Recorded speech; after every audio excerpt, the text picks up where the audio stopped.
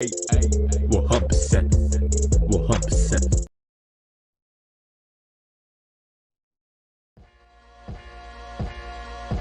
Yeah, I'm back to vintage. Yeah, I'm back to finish. Yeah, I'm back to business. Yo, listen and know I kill this. Yeah, I'm Super Saiyan. Yeah, you face it playing. Man, you imitating your career all violating. Man, I got the image. Man, I'm so deep in it. Man, it's too hard to compare to yo, I stay legit. Damn, I say that shit.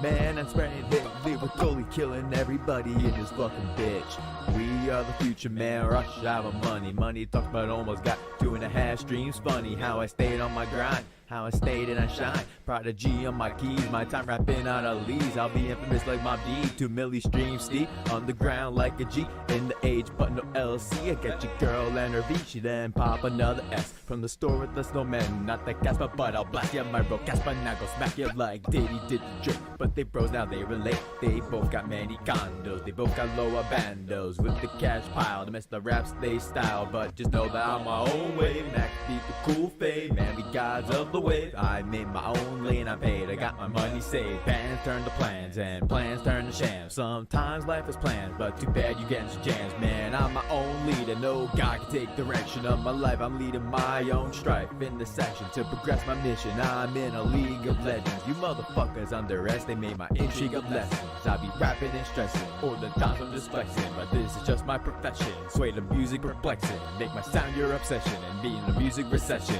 Only my songs were tested. What you think of my blessings?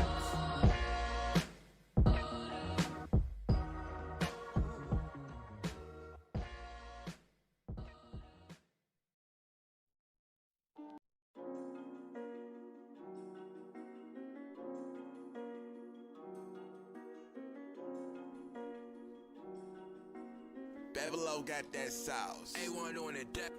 I just wanna escape. Escape. I just wanna escape. Escape. Just one pull up in a rave. Rave. Just one pull up in a rave. Rave. I'm tryna ride out. Ride out. To instead not hide out. Hide out. I want pull out in a rave. Rave. I just want some escape. Escape.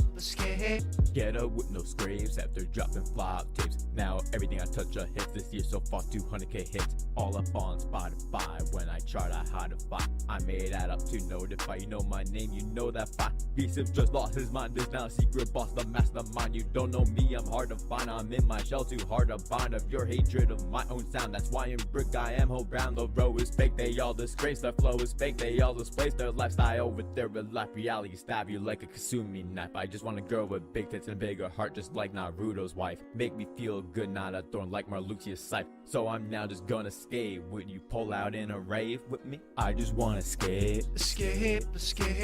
I just wanna escape. Escape.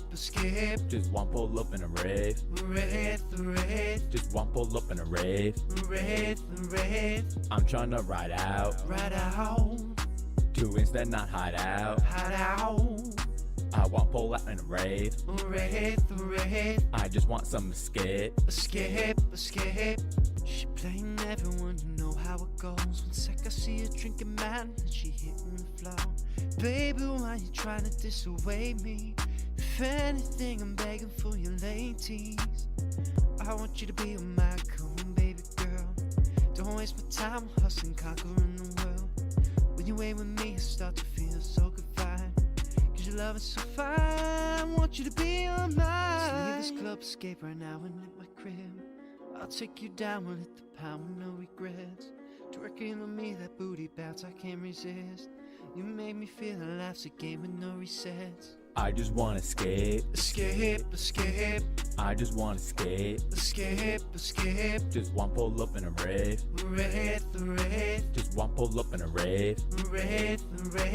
I'm tryna ride out. Ride out. To instead not hide out. Hide out. I want pull out in a rave. Rave. I just want some escape. Escape.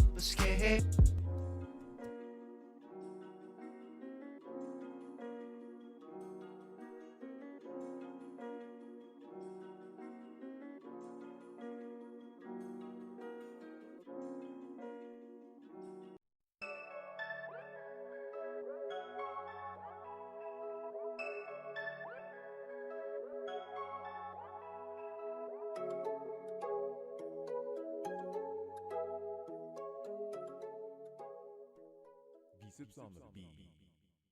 I can be anything you need. See me smoking my weed. I puff pass on the trees. Baby girl, what do you need? Tell me, tell me, tell me. What do you need? Tell me, tell me, tell me. What do you need? All I see is good in you. What is there left to prove? I can be anything and everything. Just tell me what you need. I can be anything you need. I still smoke my weed. Everyone got their trees. Come here, I got needs. I can be anything you need. See me smoking my weed. I puff pass on the trees. Baby girl, what do you need? Tell me, tell me, tell me. What do you need? Tell me, tell me, tell me. What do you need? Tell me, tell me, tell me, what do you need? Tell me, tell me, tell me everything that you need. Tell me everything. I just see the good in you. Only one thing left to prove. Just show me all the things you believe in. Tell me what you need. What do you need? I can be anything you need.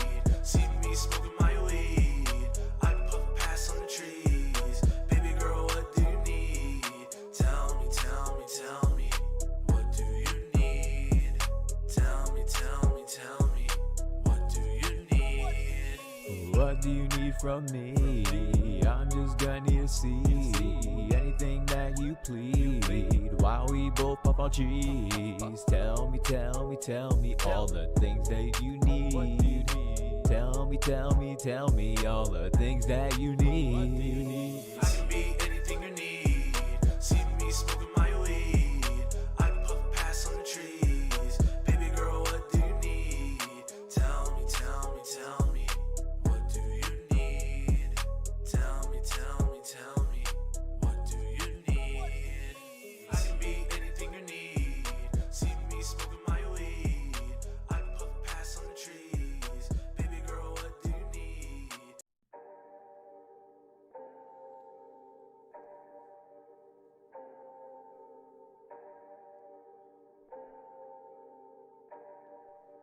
V-CiPz on the beat.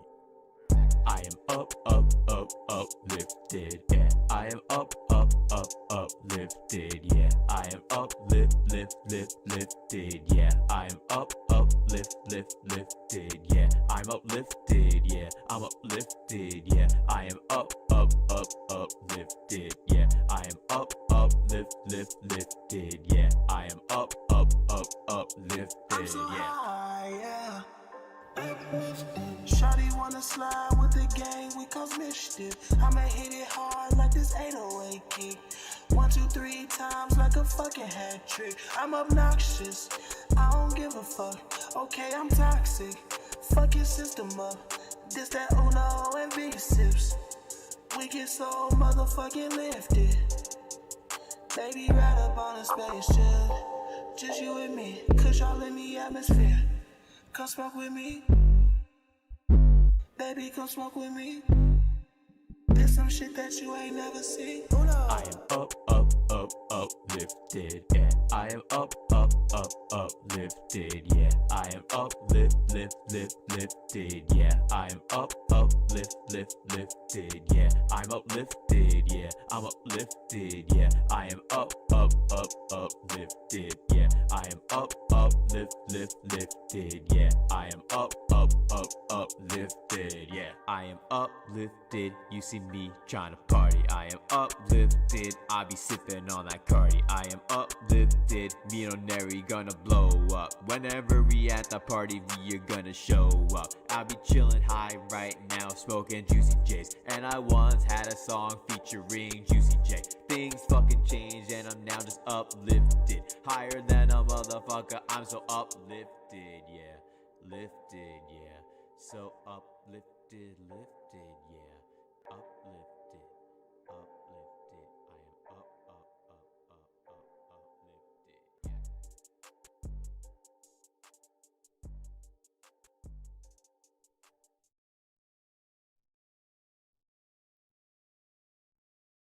Real true, ayy, 100%. And I believe we are live. Yo, what's up everyone? This is V-CiPz. Welcome to the channel. This is episode 57 of the broadcast. Tonight, in about 5 minutes, we're going to get the Discord call set up for the broadcast episode. We got 3 awesome guests coming through. We have HunterN64 coming through, Carl Rocco coming through, and 1UpJohn coming through. Hope you guys are ready. We'll be talking about multiple topics tonight, from the Nintendo Switch Online Expansion Pack to the Nintendo 64 controllers, as well as the Sega Mega Drive controllers being scalped. We'll be talking about the Xbox Mini Fridge, as well as Sora and Smash, and also our personal 3 favorite games of 2021 so far. If you guys are excited, make sure you guys smash that like button, and don't forget to subscribe to the channel if you're new. We have all kinds of live streams and videos here on the main channel, like the broadcast, which is a series, a YouTube exclusive podcast where it's either me by myself or with guests talking about all kinds of topics that we feel interested in talking about. I have my Hot Takes video series. We did drop a new episode today, My Hot Takes 6. Definitely check that out if you guys are interested.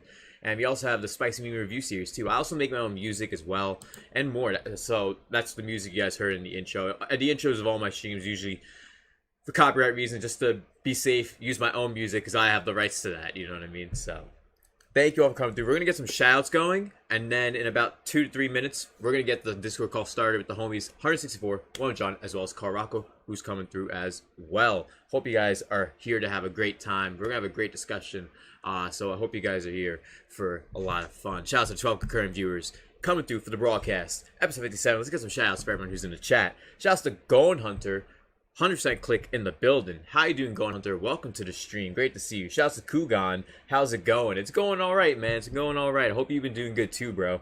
Shouts to Freddy Bricks. Freddy's World Extra. Welcome. You had to log on a PC. Thank you. Thank you for sharing the stream. If you guys can share the stream with the link in the chat, at the top of the chat if you're on mobile, I really would appreciate that, guys. Thank you all for coming through. I really do appreciate it. This is a YouTube exclusive stream, so thank you all for coming through for tonight's stream. If you guys want to share the stream, you guys can. If you'd like, let our friends know that we are live. Shouts to Rescue Squad, Blue Badge Gang. Great to see you, man. Shouts to Deceptive John. Hope you're doing good. Yeah, I had a burger for dinner. Oh, it was fire. Double bacon cheeseburger. Nice spices and stuff. Garlic powder, onion powder, salt and pepper. Oh, and a little gourmet sauce too. Just a little bit of a topping. Oh, fire. So good. Shout outs to Golden Playhouse. Welcome to the stream, bro. And yeah, we'll be getting into the NSO expansion pack shortly. We're going to be starting the night talking about Sora and Smash first. Then we're going to get into the expansion pack. Then we're going to get into the controllers, the 64 controller and the Mega Drive being scalped. After that, we're going to talk about the Xbox Mini Fridge pre-orders and how those are being scalped too, actually. Funny you should mention scalping. And then after that, the final topic is just each of us talk about 3 of our favorite games of 2021 so far. We'll be having our episode of broadcast about an hour and a half to 2 hours max. And then after that, I'm planning to play some Metroid Dread after that. I'm in Berenia right now, so I'm halfway through the game now. I'm officially past the halfway point now. I got the speed booster, I got the flash, I got all that. So I can't wait to play some Dread later tonight too. But I hope you guys are excited for today's stream. If any of you do miss any of the stream or you just stop by, don't worry. I always keep the playbacks of my streams live, so they're always public. You guys can always check it out or rewatch the streams whenever you guys want as well. Thank you to the Tech Current viewers. Shouts to B-Leaf, Blue Badge Gang in the building. Shouts to Liquid Leaf, also Blue Badge Gang in the building. Great to see you guys as well here. How you guys doing? Shouts to Mateo, RDA Matt. Welcome to the stream. 4 streamers that I watch on the same stream. My Smash Bros version of streamers right here. Hell yeah, that's exactly what's about to happen right now. So I hope you guys are excited. We're about to start this call.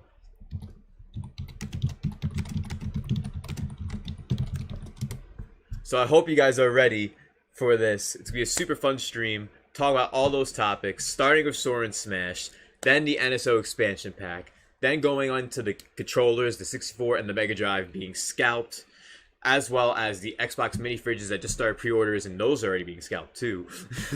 And then for the final topic, each of our 3 favorite games of 2021 so far. Now let's go. Shouts to Grubby K9. If you're having issues with your chat, I recommend refreshing the stream. Yes, we're so close to 15 like hype going, Hunter. Let's go. You guys come through those hype emotes. I really do appreciate it, yo. Let's go. And let's get the call started.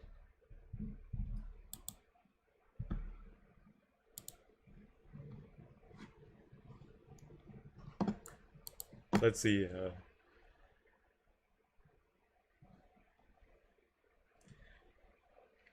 Yo, what's up? Hello. Yeah, we're just waiting on Hunter right now. I'll switch the screen for all of us on cam in just a minute. Just we're waiting for Hunter to pick up too. We got 1UpJohn here. We got Carl Rocco here, hanging out. What's up? What's up, bros? How you guys doing tonight? Good. Awesome, awesome. We'll be in starting in just a little bit. Not sure where Hunter's at. We were just talking to him before, so he should be here in just a minute. And yeah, thank you, Going Hunter. You're right. We hit 15 likes on the stream, and that's awesome. Shout out to J2 Blue.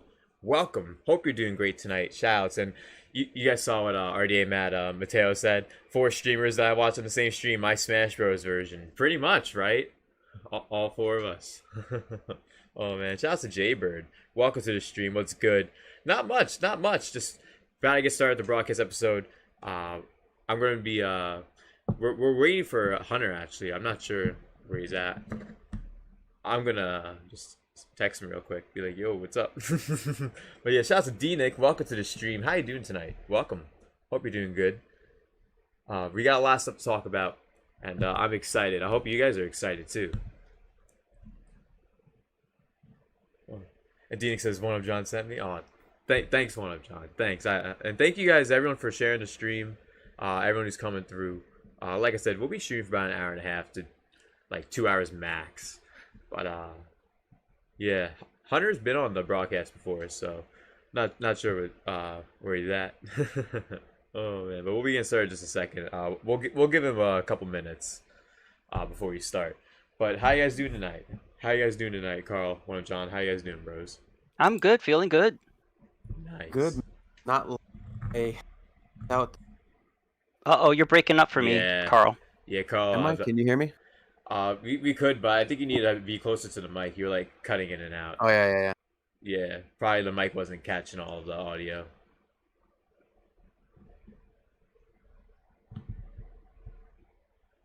Hello. Yo, we can hear you now. Yeah. All right, so what's up, Carl? Oh, no. You're on my face right now. Yo, sorry I'm late. Yo, what's up? Yo, straight chilling. How's it going? It's going all right. Discord's bugging right now. Okay. Hold on,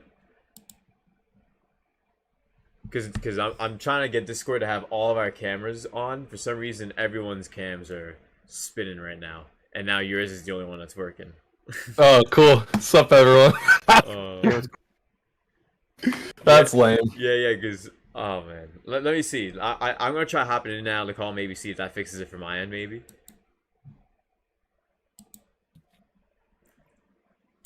All right, there I can see all of you guys.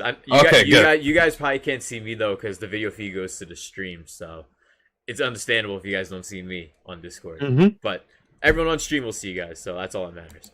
Real true, Right. 100%. And yeah, Yeah, we can hear you now. Yeah, All right. Cool. your mic before is just a little bit separated. Where's the layout? You ever had that where you're looking for the layout and you just can't find the layout? Like on stream. Yes. Yes. Too many layouts. Goddamn. This may take a second. Real true, ay. It's the struggle, bro. I got you. 100%. All right, we're good. There we are. Just Dope. gotta- Read that article about how it doesn't show. No, I haven't. I haven't heard that article. That's no. from Kotaku. Oh well, we know how Kotaku is now. Yeah. In general.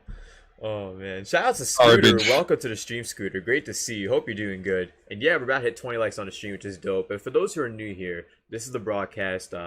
We have some awesome guests here tonight. We got 1UpJohn, Carl Rocco, and HunterN64. We're gonna have them introduce themselves. We cover a bunch of different topics. Either it's by myself or I have guests on the show, and we have some awesome people here tonight. Let's start with 1UpJohn. Just let everyone know who may not know you, who you are, what you do, and all that kind of dope stuff. And then Carl, you can go after John, and then Hunter, you go after Carl. All right. Well, hi everybody. I'm 1UpJohn.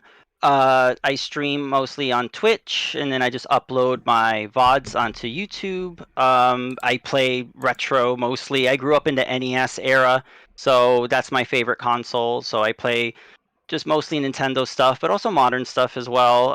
Just totally obsessed with Dread lately. Oh, And yeah. Yes, so sir. and that's me. I've been What's playing up, a lot of Dread everybody? It's myself. Oh, man. Call Rocco here. My most stream on Twitch. Play a lot of player retro to modern. Currently playing Skyward HD. Oh, Skyward Sword, nice. Yeah, good old time. That 30 hours in, only not even halfway through. It's pretty much a good journey. I also have a that I up VOD. Probably. Oh, cool. So you have all that right to your YouTube VODs. Yeah, pretty much. Nice. And then we have HunterN64 who's also here too. What's up? Hey, what's up, man? Yo, I'm a variety streamer over on Twitch. I mainly focus on Nintendo content, but I am playing through some Kingdom Hearts right now because it's been a great time to go back and replay through it because of the whole Sora hype coming to Smash. Yeah. So, yeah. Playing through some Metroid Dread hard mode too a little bit on stream too, and it's been a blast even though it's been brutal. But yeah. Yep, I'm over on Twitch and it's good to be here. Thanks for the invite, VC. Anytime, and it's great to have you guys all here. This is actually the second time for Hunter and Carl, and the first time for 1UpJohn on the show, which is great. So episode 57, we're actually gonna be starting off with Sora in Smash. Then we're gonna get into Nintendo Switch Online's expansion pack. Then into the Nintendo 64 and Sega Mega Drive's controllers being scalped currently, which is pretty crazy. As well as the Xbox Mini Fridge pre-orders already out. They're already taken and being scalped too. And then each of us will just talk about each of our favorite games of 2021 so far.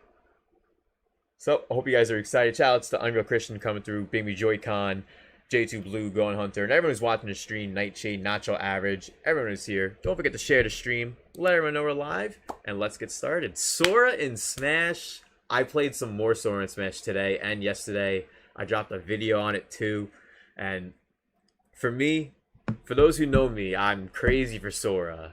Kingdom Hearts is one of my favorite franchises, to the point where people go, oh, Kingdom Hearts is trash, just because they want to see me get a rise out of me. And it's like, no, I know how good the series is. I don't need to get a rise out of me for that. But Sora's really good in Smash. He plays really well. Many say that he's too floaty, but I think the floatiness works really well for those who have played as Sora yet. For those who are here, have any of you have played as Sora in Smash yet? Because to me, I feel he has lots of great combo potential.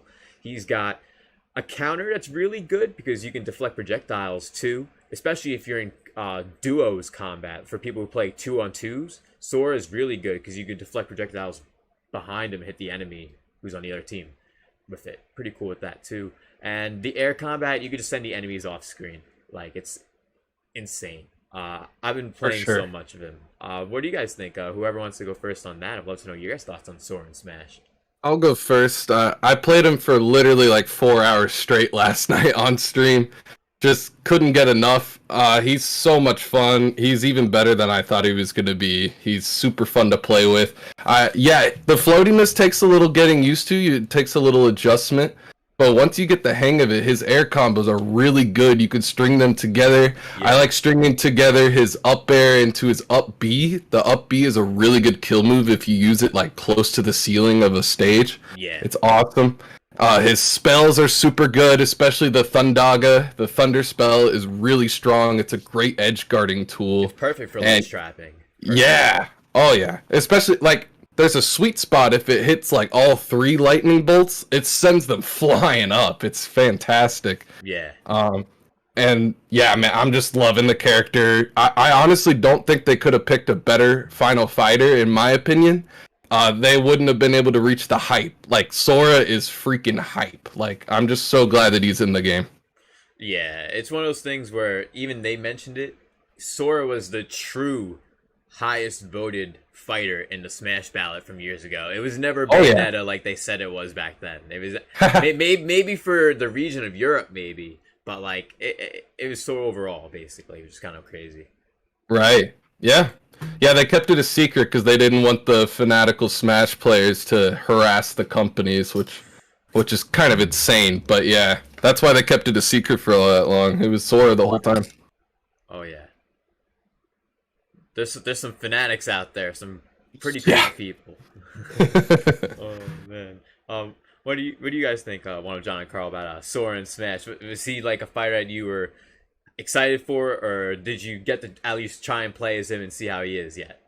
I haven't played a Sora, but I heard some people saying that he's OP. So I don't. Do you guys think they'll nerf him or something?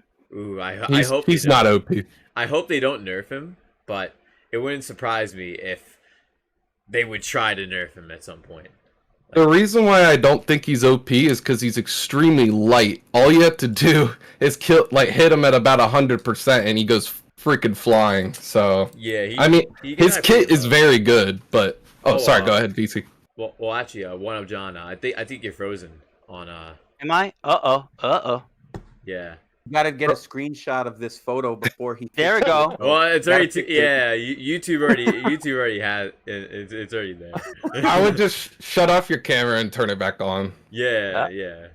All like right, the one best second. photo ever. Is it? Yes, it really is. I should. All right, wait 1 minute. Wait. Did that fix it?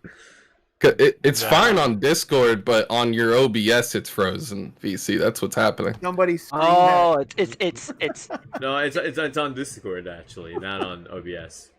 Actually, He's not frozen for me. There we go. I Discord, clicked on it. There we go. I look fine. I fixed it. Yeah, I fixed it. Yay! All right, Okay. cool. Yeah, there we go. Thank you. All right, no problem. I just had to try and put it back to the same setting it was on before because it needs to be in the grid setting for the layout for the stream. Awesome. Yeah, but I'm not sure how that happened. It, like Discord was acting up. Like the moment like you hopped in the stream, Hunter, it's like, oh, Hunter's late. You might as well just. I'm sorry about that. I'm fucking with you.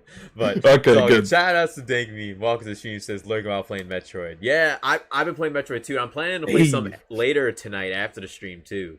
So dope. Yeah, I'm in Barencia right now. It's pretty cool. Nice. Yeah. So I'm halfway through now, which is great. Good. So you're flowing through it now after you got stuck at that one part. Awesome. Yeah, that one part I was stuck. For anyone who's been playing Metroid Dread, not to get off topic of Sora and Smash, the part before Kraid I got stuck at because I was like, where am I supposed to go to find Kraid? I didn't know. I had to go to back 3 different places. You had to go back once and then back again. Yeah. It's a common place to get stuck. No. But yeah, just because I thought. Like normal Metroid, you just go back once. You don't have to go back multiple times all the time. Like sometimes you do, but not all the time like that. Like you go back to Catters, and then you take a teleporter. Yeah, that's it. Yeah.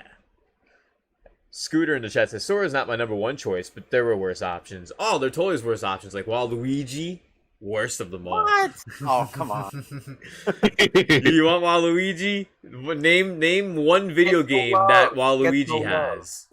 What's one video game Waluigi has? I like Waluigi. I play as Waluigi the most in like Mario Kart and stuff. Yeah.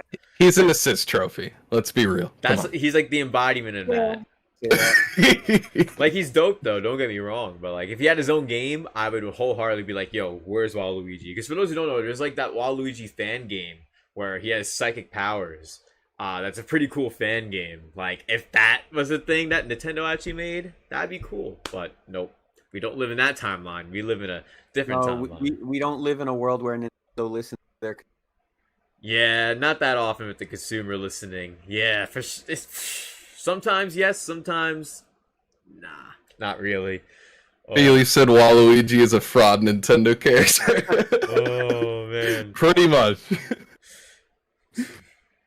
Yeah, did you want to add swimming? Oh, before what'd you say, Carl? That mic's cutting out, Carl. I don't know what you're saying. Yeah, I'm not sure what you said right there. Can you guys still hear me or something? Yeah, it's just, here and there. Yeah, I don't know why. It's cutting out. It's kind of weird. I'm thinking the noise suppression. Do you have that on? No. Not at all. Okay, because every other word. Is it really every? That's. Yeah. Yeah, it's still doing it. Yeah, it's doing Is that your yeah. is that your stream mic? Yeah, I never that- have an issue with it. It might be Discord. Yeah. No idea. That actually wouldn't surprise you. Like I said before, Discord. Yeah, it's kind of weird that it's even doing that. All right, can you guys hear me a little bit better now? I'm messing with the, Yeah. I feel like you Alright. just fixed it. Yeah. All right, cool. Yep. All right. Yeah, Yeah, much no, better I was now. just asking if John, if you wanted to add a little bit more to the Sora part Yeah. before I. Love to know what No, you you think, can John. go ahead if you got something to Oh, say. okay. Yeah, personally, go I'm not. I'm an extremely casual Smash Brothers fan. Every once in a while, I'll go in Hunter stream or V-CiPz stream and try to troll them into playing me, even though I suck ass. But you know, I'm a huge Mega Man fan. What I love about Sora though, I've watched people play with him. It's got me not only wanting to finally play through the Kingdom Hearts series, but he's got me wanting to learn how to play Smash a little bit more competitive because his moves seem extremely intuitive, from air juggling to groundwork, being able to get back on the platform. It all just like he's more of a gateway to more complex characters on the roster. Right. So if you haven't played Smash now would be the time to do it, because you easily play with Sora, learn a couple of things, move on to something complex. Right. He's easy to pick up in some regards. He's not an easy character to pick up, but like if you pick him up, learning the combinations of combos to use him for, especially if you know the fundamentals to play Smash in a semi-competitive atmosphere, even like you'll be fine. You'll be playing really well with Sora, so it makes sense totally. I totally agree on that. Me too. I agree. And Lickety says, "Let's not get started about Steve." Well, here's the thing about I'll Steve. go off. Like Steve though, like him being in the game is still groundbreaking though. Like, you know what I mean? Like, even though he's like to us not like a super crazy popular character for us, like what he represents is like huge. It's huge. So that's crazy. That's even in Smash in the first place. Even Sora being in Smash, I still can't believe it. It's surreal. I played again for a couple hours today, and I'm just like, this is really. This is real life. Yeah. It's probably like how you felt, Carl, when Mega Man first came to Smash. Like, this is real life. Like, Mega Man's in Smash. Like, oh my god, dude! When they showed Mega Man for the first time, Smash and Mario, like no pun intended, I was like, holy shit! I gotta get Smash on the 3DS. I gotta get it on I gotta get it on like everything in God's creation. I'm happy for this Smash community to kick start. yeah, and Sora's like a really cool character. Absolutely. Yeah, I really don't think they could have picked a better final fighter. Like I guess Master Chief, I guess maybe could have garnered the same amount of hype, but I'm not sure if that even would have came to fruition. But yeah, in my opinion, Sora is the best final pick.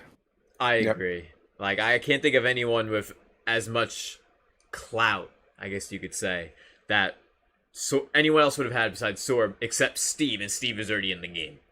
Like, yeah.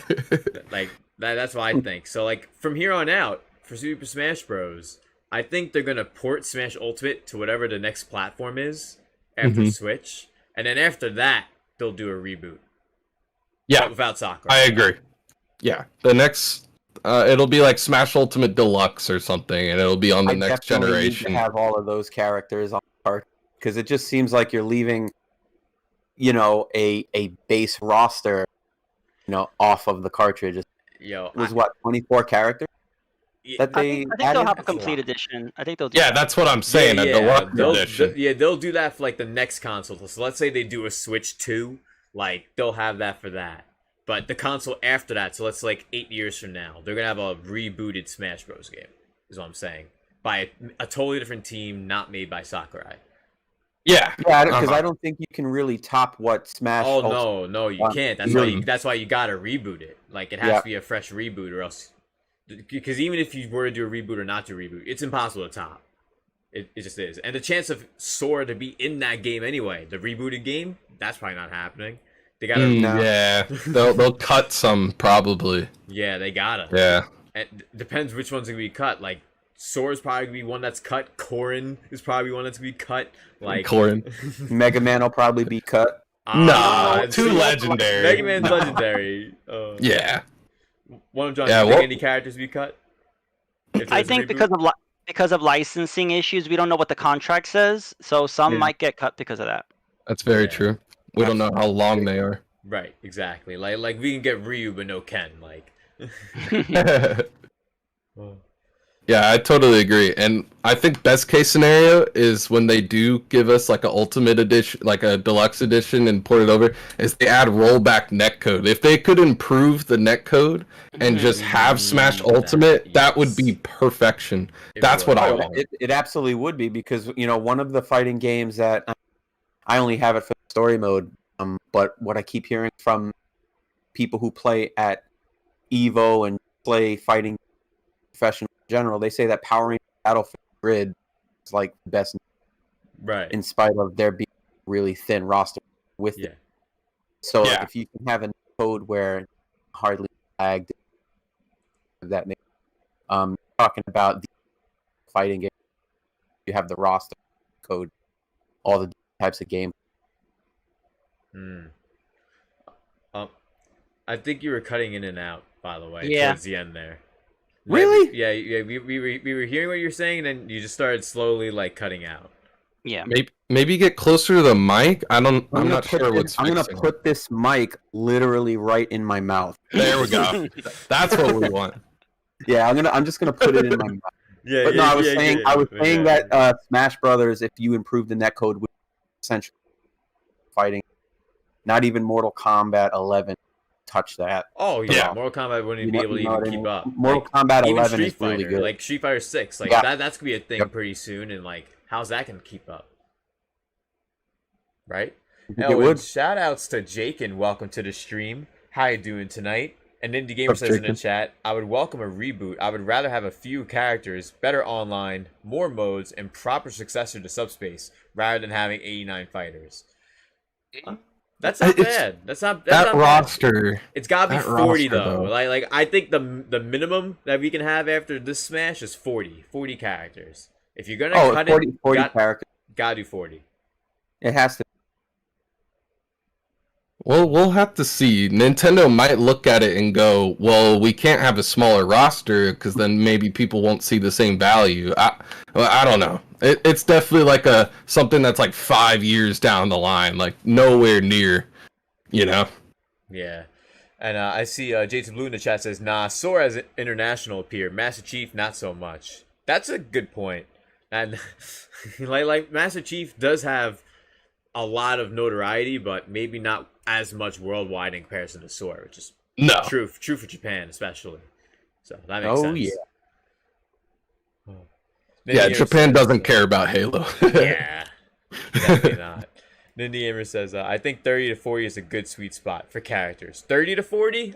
For me, 40. Like, 40 is the sweet spot. I don't know It has to be 40. Yeah, any lower, it then feels like you're losing out, and you're lower than that. Mm-hmm. Yeah, exactly. Because the base game of Smash Ultimate is 7 characters. If you can put in just 40, have a nice little narrative story mode for players who don't want to play online. Netcode. You're talking about a really good. Oh, and you know what there needs to be? The return of one of the best modes in Super Smash Bros. History that hasn't been back in a while. For those who know what I'm talking about already, you know. Event matches. Come on. Event matches were so much fun back in the day. For anyone who's played the event matches. They were so much fun. Facing Giga Bowser. Oh, that was sick. Absolutely sick. I thought you were going to say Subspace. That's what everyone always says they want. Oh, no. See, we already know that we want that. Because we just agreed that we would want that in a new reboot. But like what also we could have along with the like a new Subspace kind of mode is an event match mode to return. That'd be awesome. For those who've played event matches back in the day on Melee and Brawl, they were so much fun. You could literally play that all day long, all week long. Anyone here ever played those? It was a blast. But Sora in Smash has been great, and I think him as the final fighter is definitely the best option. And he's a lot of fun to play. I'm hoping he doesn't get nerfed. Luckily, my boy K. Rool got buffs, and it's great to have some K. Rool buffs. Jigglypuff as well. Yeah, I heard Jiggly got some buffs. Might call him Jiggly buff. Yeah, exactly. That's what HBox is titling his stream. Jiggly buff. Yeah. I like that. Oh my god. Well, one thing that needs a buff and needs it desperately is Switch Online. Oh no. Switch needs a buff. Switch Online needs a buff. Switch Online has the new expansion pack, and let's just say the expansion pack is basically causing a big stir, to say the least. There's many people who feel that it's overpriced. There's many people who feel that it's appropriately valued. There's people who say that Animal Crossing New Horizons is for free when you're when you're using the service, and there's people who are saying that you get the game at no additional cost from using the service. And there's a difference between at no additional cost and free, for those who don't know what that is. At no additional cost means you have access granted to you to use a service. Does not mean you own something for free. Similar to, let's say, PlayStation Plus with new exclusives every month, or Game Pass where you're using the service to have access to games. It's like that. I don't like it when people say, oh, you can get it for free on Game Pass. You're paying for Game Pass. It's included with Game Pass with the price. It's marketing. It's just marketing terms to get people to think that it's free, right? And that's what I tried explaining like on Twitter when people were talking about it. It's like, no, that's not what at no additional cost means. It's not free or baked in, or the price of the Animal Crossing DLC doesn't take part in the price of the full expansion. No, it does take part. It's so much. Certainly does. It makes no sense. But I want to hear what you guys think. John, what do you think of the expansion pack, man? Because to me personally, I think for people who are in the mainstream audience, they could definitely see the value of it for sure. But for those who actually understand what the service is, what it gives to the consumer, and how it's truly appropriately valued compared to potential competitors, it's not there. Like, it's not even boosting the online of the service when you use the expansion too, which makes no sense. And it's not even a monthly service. You can only pay for a year. That's it. What do you think, John? I want to know your thoughts, and then Carl and then Hunter after too. What don't you guys think? And those in the chat, let us know what do you think of the expansion pack too in the chat. What I think is that I think it's a good deal for people who haven't played N64 in years. Maybe they have nostalgia for it. They're like, oh yeah, I used to play N64 when I was a kid. Wow, it's on Switch. All right, $50. Okay, whatever. But I think for a lot of people, including myself, I mean, I have access to N64 stuff, and Hunter also. So like, it's like we have access to that. So it's like we wanted it on the Switch because it has online. So then we get to play online with our friends, and we get to. But then you're kind of making it a more narrow audience, because people are going to be like, hey, that costs too much. Right. Hey, this other stuff is bundled in. Hey, why am I paying for this when I don't want this? I just want this. So it's becoming, there's like rifts going up when this was supposed to be a celebratory thing of like N64 online. Exactly. And also Animal Crossing. The Animal Crossing thing was a great thing. And then for them to just put it together, it made unnecessary drama when it needed to just be separate. That's just what I think. Right. It definitely had to, because it's one of those things where, like, if someone wanted the DLC for Animal Crossing and the 64 and Genesis, and they felt that it was appropriately valued at $50, then sure, let them buy it. There's nothing wrong with that. And if you're watching this and you feel that there's value to it, there's nothing wrong with buying it. No shame, of course. Everyone has their own way of seeing things, obviously. But there should have been a $30 or $35 tier just without the DLC. Just without that. What if someone didn't want a service where it gave you a bunch of extra DLC packs for games that maybe you don't even play? What if the next one was for Pokemon Brilliant Diamond Shining Pearl? I know I'm not going to be touching that. Like, I don't know about you guys, but like, I feel like the idea is there. Like, it's a good idea, don't get me wrong, like having a service where you can get DLCs and access to them. But when you realize that it's just access and it's not for free, and that if you stop paying $50 a year for the service, then you don't have access to the DLC anymore. You might as well just buy it, and you can buy it separately, luckily, which is a good thing for those who do want the DLC separately. It's not just you have to get the expansion pack, which I think that's good at least. But overall, I think it's very overpriced. I think starting with 9 games is okay. It could have been much better than just 9 games. Like, Sin and Punishment being localized is probably the best part, in my opinion, out of what they're affording on the service, along with Ocarina of Time.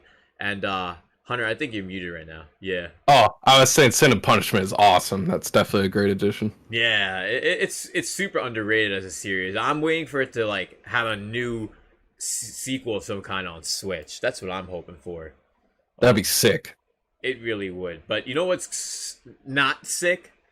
A dozen Genesis games when Sega Genesis Classics, which has 50 of the best Sega Genesis games, is literally on the Switch and other platforms and always on sale for like $8. I think that was a huge mistake because I'm sure that upped the price Major for mistake. licensing reasons, Definitely. and it's completely unnecessary to be part of the thing. So that's jacking up the price, and it doesn't need to be there. You know, I have the Genesis collection on Switch, Mhm. so Yep, me too. I feel we're paying $50 for a whole line of Genesis games that I already have. So I don't think it should have been Thank included and you. lumped with N64.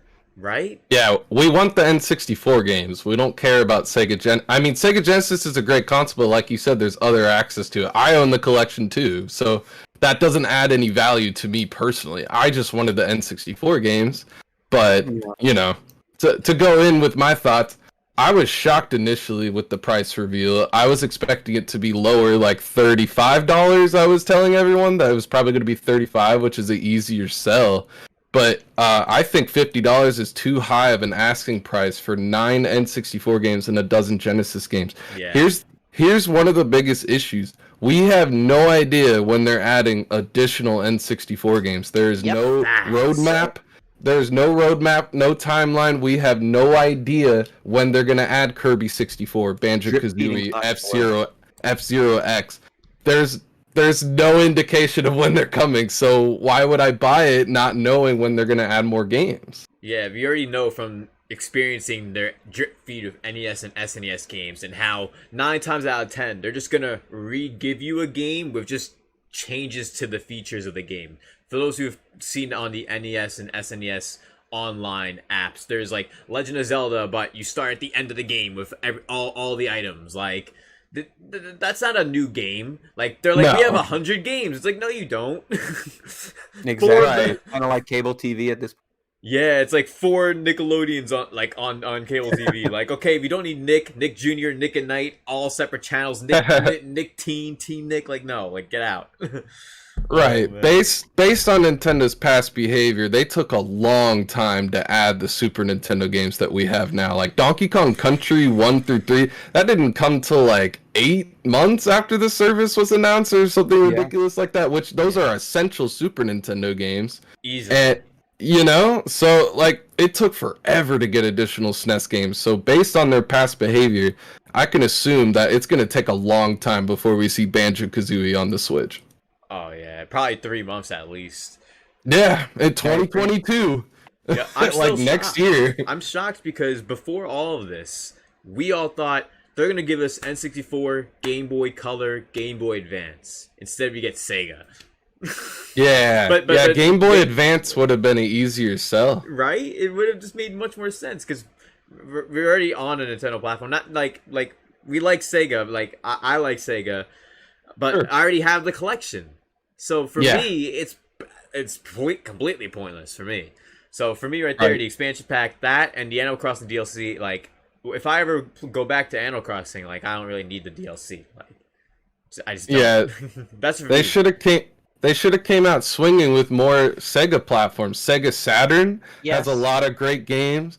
Maybe, I mean, down the line, Sega Dreamcast. Like, there's no plan Melville for said that, in you the know? Chat. Yeah, if the Dreamcast was instead of Genesis, that'd be lit. And I honestly agree. I would have preferred Dreamcast personally over Genesis, just because I've had so much experience like playing Genesis games. I don't need that as a service. Like, I just don't. I agree. The Saturn has great games too. It has freaking Castlevania Symphony of the Night. Like, Yeah, they could have threw that on the service. Like, That would have been much better than Genesis. yeah, and Beely says, and they want us to commit for a full 12 months. Get the fuck out of here. Like, yeah, no, and you know what? no That's- monthly.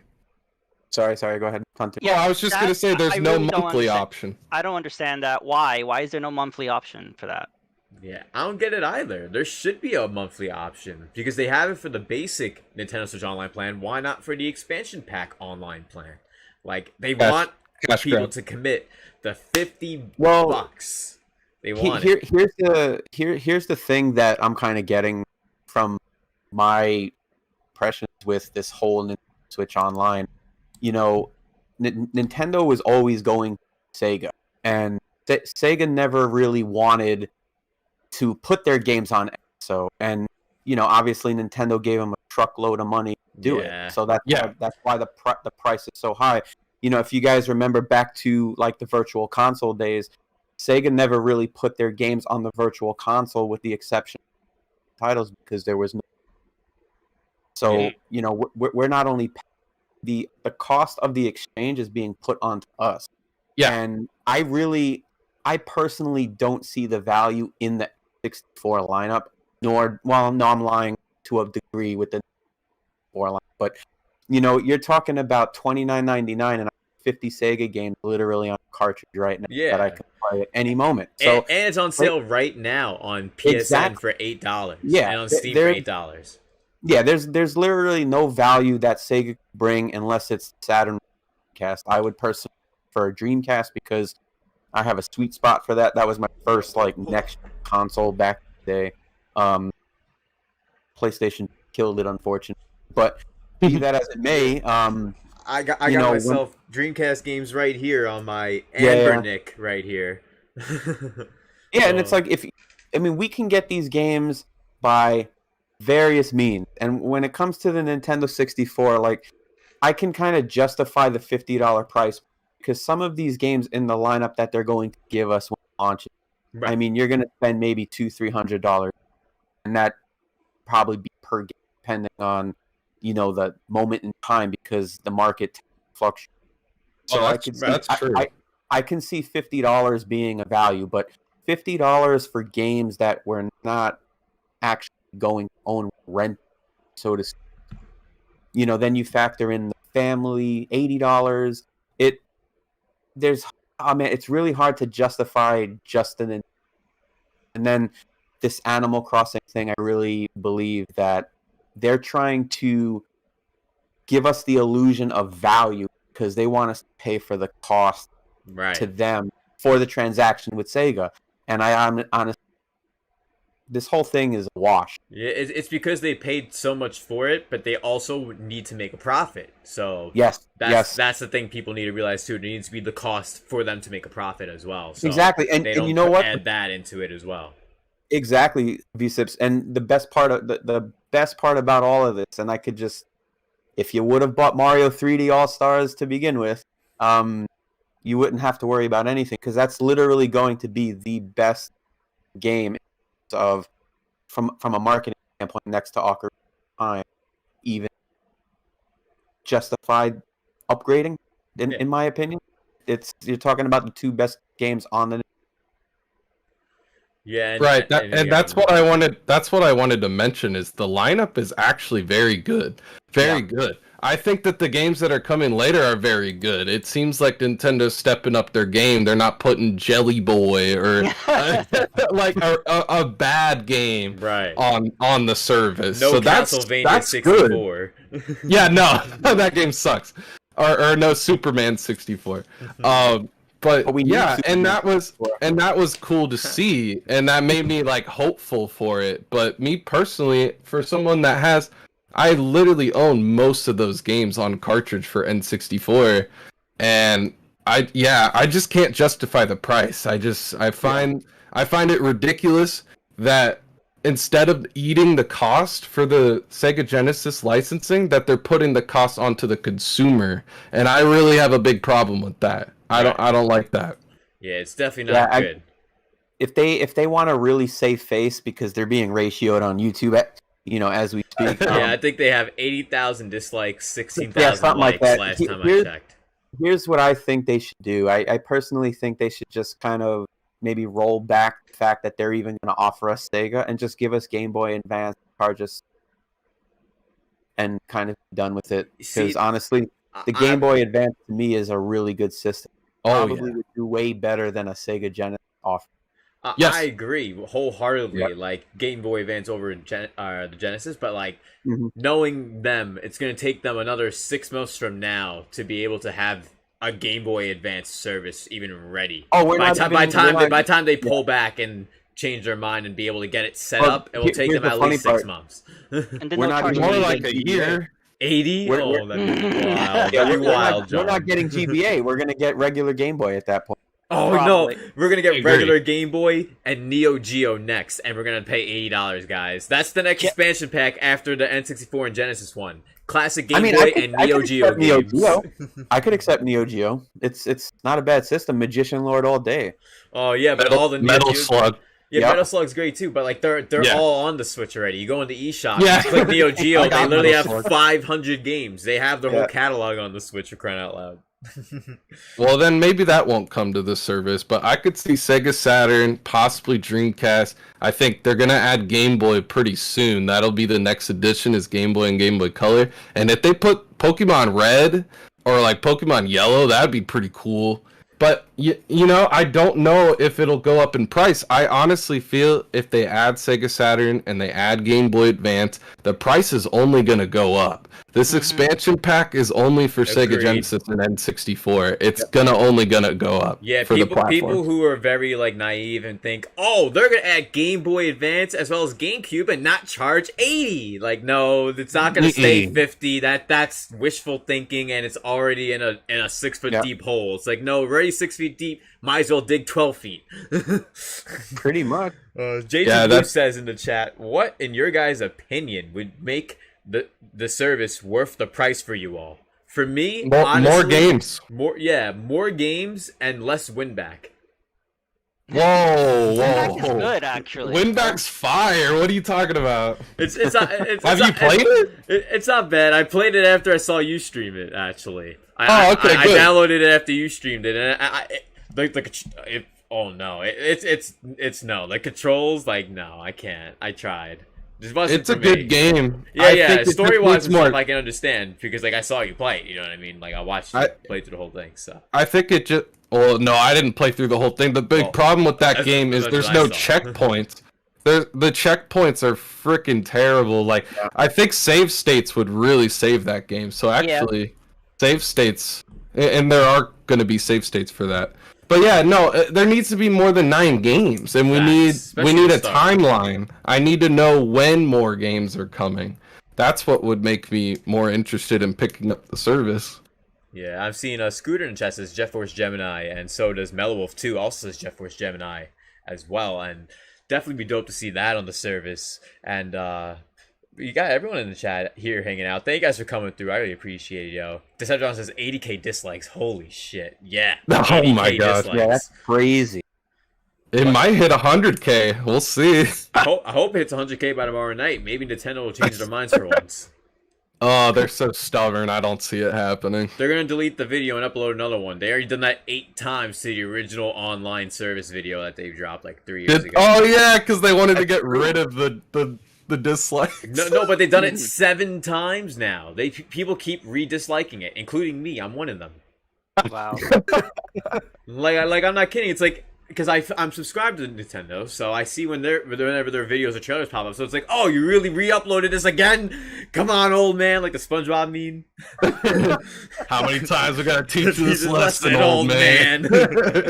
I literally just Well, tired of it. I was just gonna say I didn't have a problem with the $20 service. Yeah, it wasn't I that don't- bad for 20. It was cheap. Yeah, It was cheap. Yeah, You know. it could have been worse. It could have been worse. Like, listen, I've went to bars for $20 and regretted it. Like, the $20 for Switch Online for a year is fine. Yeah, it's just the the over double. That's the issue. It's more than double the price. Go ahead, Carl. No, yeah, sorry, I didn't even mean to cut you off. I cut out on my. That's why. You're fine. So no, I think for me, because I'm playing Nintendo and Super Nintendo, and if you've ever seen one of my streams, I hardly ever use that. And when I only have it so my kids can play Pokemon and Minecraft online. I Right. use it. When I tap into it, I'm playing Punch Out. That's it. And I recently just did Super Mario World. Like, I don't really use it. So, like, for me, one of the things that would make me want the service is if they tap into this rich history of games that I don't care about release dates, I don't care about price, but you have more great Disney has movies. Let us play them. You know, people are gonna be willing to play and pay, or however you want to rearrange that, you know, as long as you give us the games. Nobody wants to see releases of games that have alternate save states where you get all the freaking you know, power-ups up front. We want to actually play the rich history. I love Wrecking Crew, but I don't touch it on the service. I'm trying so vote because I know they're monetized great. No, So I for me, totally agree. I just need value. Like, give me 40 games. Give me 30. You know, give me even 30 games, but make it your best 30 because, you know, you have Metroid on the NES. Great, yay! You know, Zero Mission was 100 times better. We need that. From everything that I've seen, which is why I decided to not touch the 8-bit Metroid. You know, but we need more games. We need more games from your catalog. Yeah, we need more of the cream of the crop, which has been the biggest issue with the NES and SNES games, in my opinion. And that's why, like, for me, I don't touch the service, like, the games. Like, I really don't. The only time I have was when the SNES service came out and we had Yoshi's Island. And it's like, great. I love Yoshi's Island. Yeah, like I went back to play that. But after that, I was done. Like, right. I played Super Metroid and a few others. Yeah, like I could have easily went back to like Super Metroid or Super Mario Kart and stuff, and I just like for me, I wanted N64 games, Game Boy Advance, even Game Boy Color. There's some dope Game Boy Color games they could have put on the service if they wanted to, and more, and so much more. But for me, it's just not worth it. Like the games, especially the repeats, where you have the save states and all that. Those are the worst. Like they're not. When they say they have 100 games, they really have 60. Yeah, it's cap. Yeah, it's a fabrication. Yeah. One more thing I'll say is if another thing that would make it more worth it is to add more online features. We need to be able to message our friends. Yes. A party chat would be nice. More themes. Like, why don't we have more themes? Why don't we have folders? Oh my god! Yeah, we need folders. Please, Jesus Christ, folders. Yeah, like why don't we have these? We have so many. Functionality. We have so many icons on our Switch. We need folders. Like, folders is the. I would pay $100 a year just to have folders. Don't give them ideas. Don't give them ideas. Yo, Shintaro Furukawa is listening right now, man. He knows. He knows. The ninjas keep an eye out on me. So yeah, that's the problem for me, is they're more than doubling the price without fixing the online. The online is still the same. We started paying for the online because people forget in 2017 the service was completely, you could play Splatoon 2 for free. You could play online game Mario Kart 8 Deluxe for free. But now they added that $20, and I was like, okay, so now that we're paying for it, hopefully they'll start making improvements. Yeah, and now we're in 2021, and it's literally the exact same. Yeah, like, no upgrades to the internet at all. Like, it's to the point where there's no changes since I started playing Smash so long ago till now. Well, I think it's gotten worse.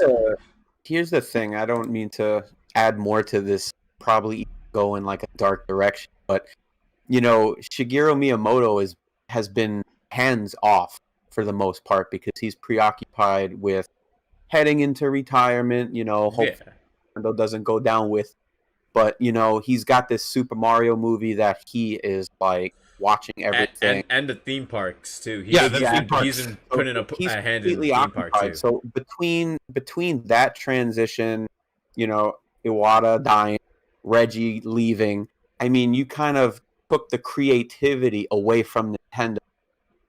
You had such creative minds at the helm, both from a marketing standpoint, design standpoint, and you know, obviously an R&D. Yeah, Doug is very boring.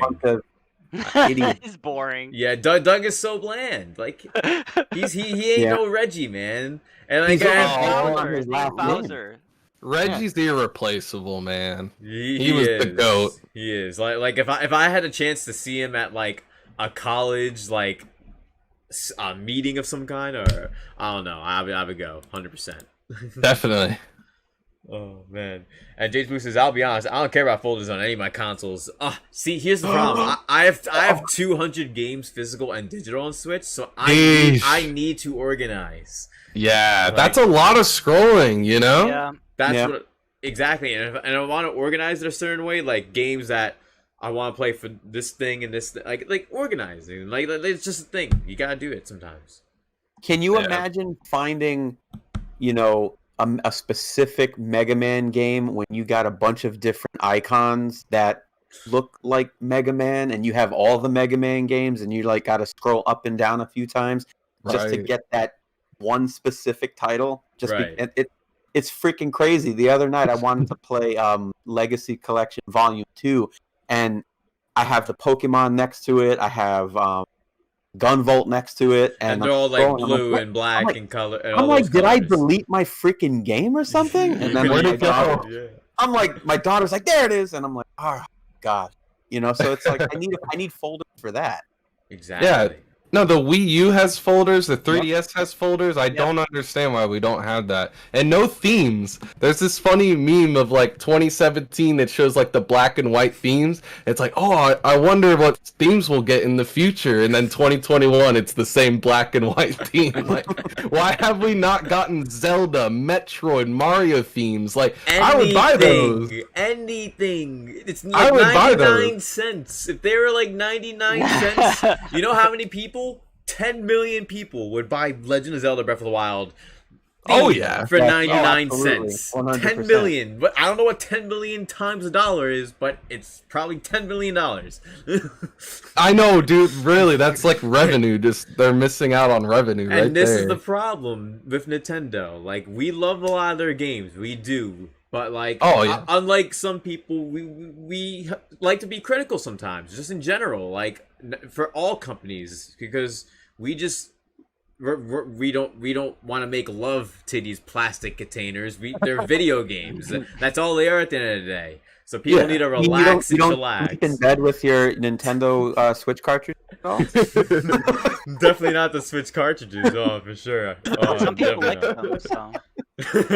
Make sweet love to my copy of Metroid Dread. Oh man. Nothing beats the smell of a freshly opened Switch game, I'll tell you that. That's true, actually. No, I'm freshly opened any game, honestly. Like that's always been my thing. Like I literally open it and just go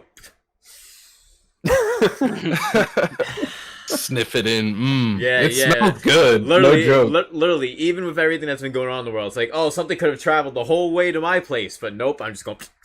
The question is, have you ever tasted one of those Switch cartridges? It's dreadful. It's dreadful. I never have, and I don't plan on it. I'll tell you exactly what it tastes like. So, there was one time I was trading in a game, the only time, and it was because a newer version of that game came out. I was like, wait a minute, there's more content. Let me trade in this old one for that new. That's the only time I did that. So the game I was trading in, I said, you know what? Before this to the store, let me lick it and put it in my mouth and all that stuff. So I put the game, and it tastes like vomit, like literal vomit. If you've ever putrid. It's freaking ridiculous. You know why it tastes like vomit, right? Yeah, to prevent kids from swallowing it or something. Yeah. So when it's in our mouths, it's the same thing. So we don't swallow it. Yeah, spit it out immediately. Yeah. Yeah. I did it with Breath of the Wild because everyone was talking about how you'll taste the wild, and like I was like, what is everyone talking about? So I barely tapped my taste bud to it and immediately tasted just vileness. Don't ever try it. It's not worth it. And it was hard to get the taste off my tongue, too. Yeah, Not Average was saying that Metroid Dread tastes literally like dread. Yeah. Makes sense. It tastes dreadful. Deceptrodon says, if they ever drop themes, they'll be locked behind the NSO, calling it now. And B-Leap then said, even PlayStation has a bunch of cool profile icons for anywhere between 99 cents to $5. It'd be awesome to get some of those on Nintendo. Right? There's so many icons that would be great to have on Switch, because, man, I go through my friends list intentionally looking to see if people have the same icon I do, just so I can change my profile picture. Like, literally. That's what I do on Switch. Like if someone has the same icon as me, I change my icon. And now if any of you go and check my Switch icon and change to mine, we're gonna have a fight. We're beefing. I'll go from my Super Mario World icon and change it to yours. Oh. Well, if you I like just- I Sunshine, just then keep- yeah. I just keep mine as Samus. Stay off my Samus. Oh man. Just because there isn't enough unique profile pictures, so like there's so many people who have the Yeah. same ones. Like I Ding more. We need more of those. way. It's need not some that Mega Man important, icon. but yeah. Oh, we need so much more. And shout out to everyone who's here. St. Lou says, hold on, I just lost it in the chat. Hold up. You're actually talking to Almighty. Shout out to Almighty, welcome to the stream. Didn't know you're here, bro. How you doing, man? Shout out to Strader, welcome to the stream. Nightshade, everyone's here watching, hanging out, chilling. Mateo, thank you guys for coming through. I appreciate it. Mellow Wolf, Going Hunter. Decepticon says Nintendo's holding Mario RPG at hostage at this point. I want that game on the service badly. At this Yeah. point, I don't think we're getting it, guys. I don't think so either. I don't know why. It was on the SNES Classic. It was on the SNES Classic, the SNES Mini, but they're not putting it on the service, which is bizarre. Makes no sense. Why? Like why? Yeah, not? Maybe they're gonna remake it and re-release it for 60. Probably. that would be fire. I love Super Mario RPG. It's I'll really pay good. 60 for it. Yep. I probably pay 60 for it too. Oh, actually, that brings up something that I thought of earlier. I really don't think we're gonna get GameCube games on the NSO service. Those are like way too valuable to Nintendo. So, like, I mean, look at Wind Waker HD and Twilight Princess HD. They could Yeah. do that for a lot of the select games, like F-Zero GX or something like that, where they could give it the HD treatment and then charge $60 for it and put it on Switch. That's what I think they're gonna do with GameCube. They're also, another big reason is because they're over a gigabyte in size. So storing them on the NSO doesn't seem practical. So I really do think we're getting remasters instead of NSO. And I to agree. touch upon your point, Hunter, you know, Twilight Princess and Wind Waker, they're already done. They Yep. just gotta go into the code, change it to match, the Switch controller layout, and Yeah. ship it, and they're gonna charge $60 for it. So Yeah. it's a gold mine like for them at this point. I'm buying Twilight Princess HD. I got that all day. I'm going. Hell yeah. I'm going right in for the Wind Waker HD once again. Yep. Like, Nice, fourth yeah. time. I'm waiting for them. I honestly, after they put those on, I'm pretty sure that's all the 3D Zeldas on the Switch. Yeah, at that Be- point. Yep. Because Ocarina and Majora's Mask are coming on the service, so that would be sick. I refuse to rebuy Ocarina and Majora's Mask unless we get them on a single cartridge for the Switch. I don't think that. You know, I would have you know, liked you know, that. you know I it'd be would have 60, preferred though. that. It'd be Yeah, 60. if Majora's Mask, I actually prefer it over Ocarina of Time. I know, blasphemy, Jesus Christ. No, it's a fantastic game. But it's like I don't want to rent it. If I'm gonna buy it again over the 3DS, I mean, just give me Switch version. Yeah, I will an buy that. option to buy it Fuck. natively. Like, why not? Yeah, Yeah. exactly. Oh man. Well, overall, the Switch Online expansion has pros and cons to it that we went over tonight. But man, it definitely is a bit overpriced. Like, I personally thought it was gonna be between 30 and 40, and would have been fine buying it if it was 30 or 40, honestly. But 50, nah, man. Like there's a meme I saw. I'm gonna put it on screen in a second. But man, like. We got bills to pay, man. We got things to do. We got life. Yeah. We got Netflix. We got gas bills. We got phone bills. We got car bills. Like, Absolutely. YouTube Premium, Spotify, like all of these services add up. they do. So yeah. A month of HBO Max. Yeah, for those who are I watching love on stream. HBO Max. Gotta see Dune, man. Gotta see. Yeah, all that stuff adds up, so yeah, I just don't see the value in it. Yeah, same. I just there's Yeah, no I saw reason. that. Yeah, there's no Oh. reason. It makes no sense. I just saw the meme on screen, but I like, saw it, yeah. it's like, oh, it's a $30 extra thing. It's no problem. And then it's like us who are adults.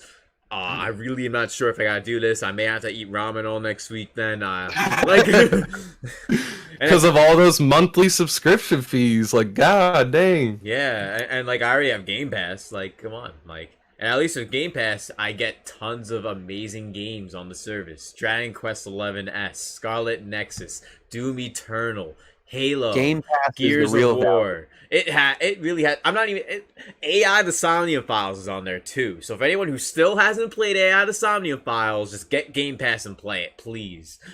Everyone's got to play that game. But overall, the service isn't horrible. It's not the end of the world. It's not killing anyone. But it definitely is overpriced, and Nintendo should do something about it. Right, like 1UpJohn said, if for people that don't have access to an N64 and they want to play it officially and they see the value in this service, that's totally cool. That is fine. If you think that it's worth it and you want to play N64 games, the 9 that are coming to the Switch, that's totally cool. I'm not going to hate on anyone here in the chat or anyone online that feels that way. That's totally cool. But for me and someone like 1UpJohn who has access to basically every N64 game using an EverDrive, there's really not much value for us personally. Exactly, and that's for us. Not, of course, not for everyone. Obviously. Of course not. Yeah, it's just our opinion. Yeah. Well, that's another issue. Whereas, like, is this for the casuals? Like, what about us hardcore? Like, yeah, for the casuals. That's what I'm thinking too, and I think that makes sense also, since Animal Crossing was actually, for those who don't know, the driving force in 16 million subscriptions in Switch Online in 2020.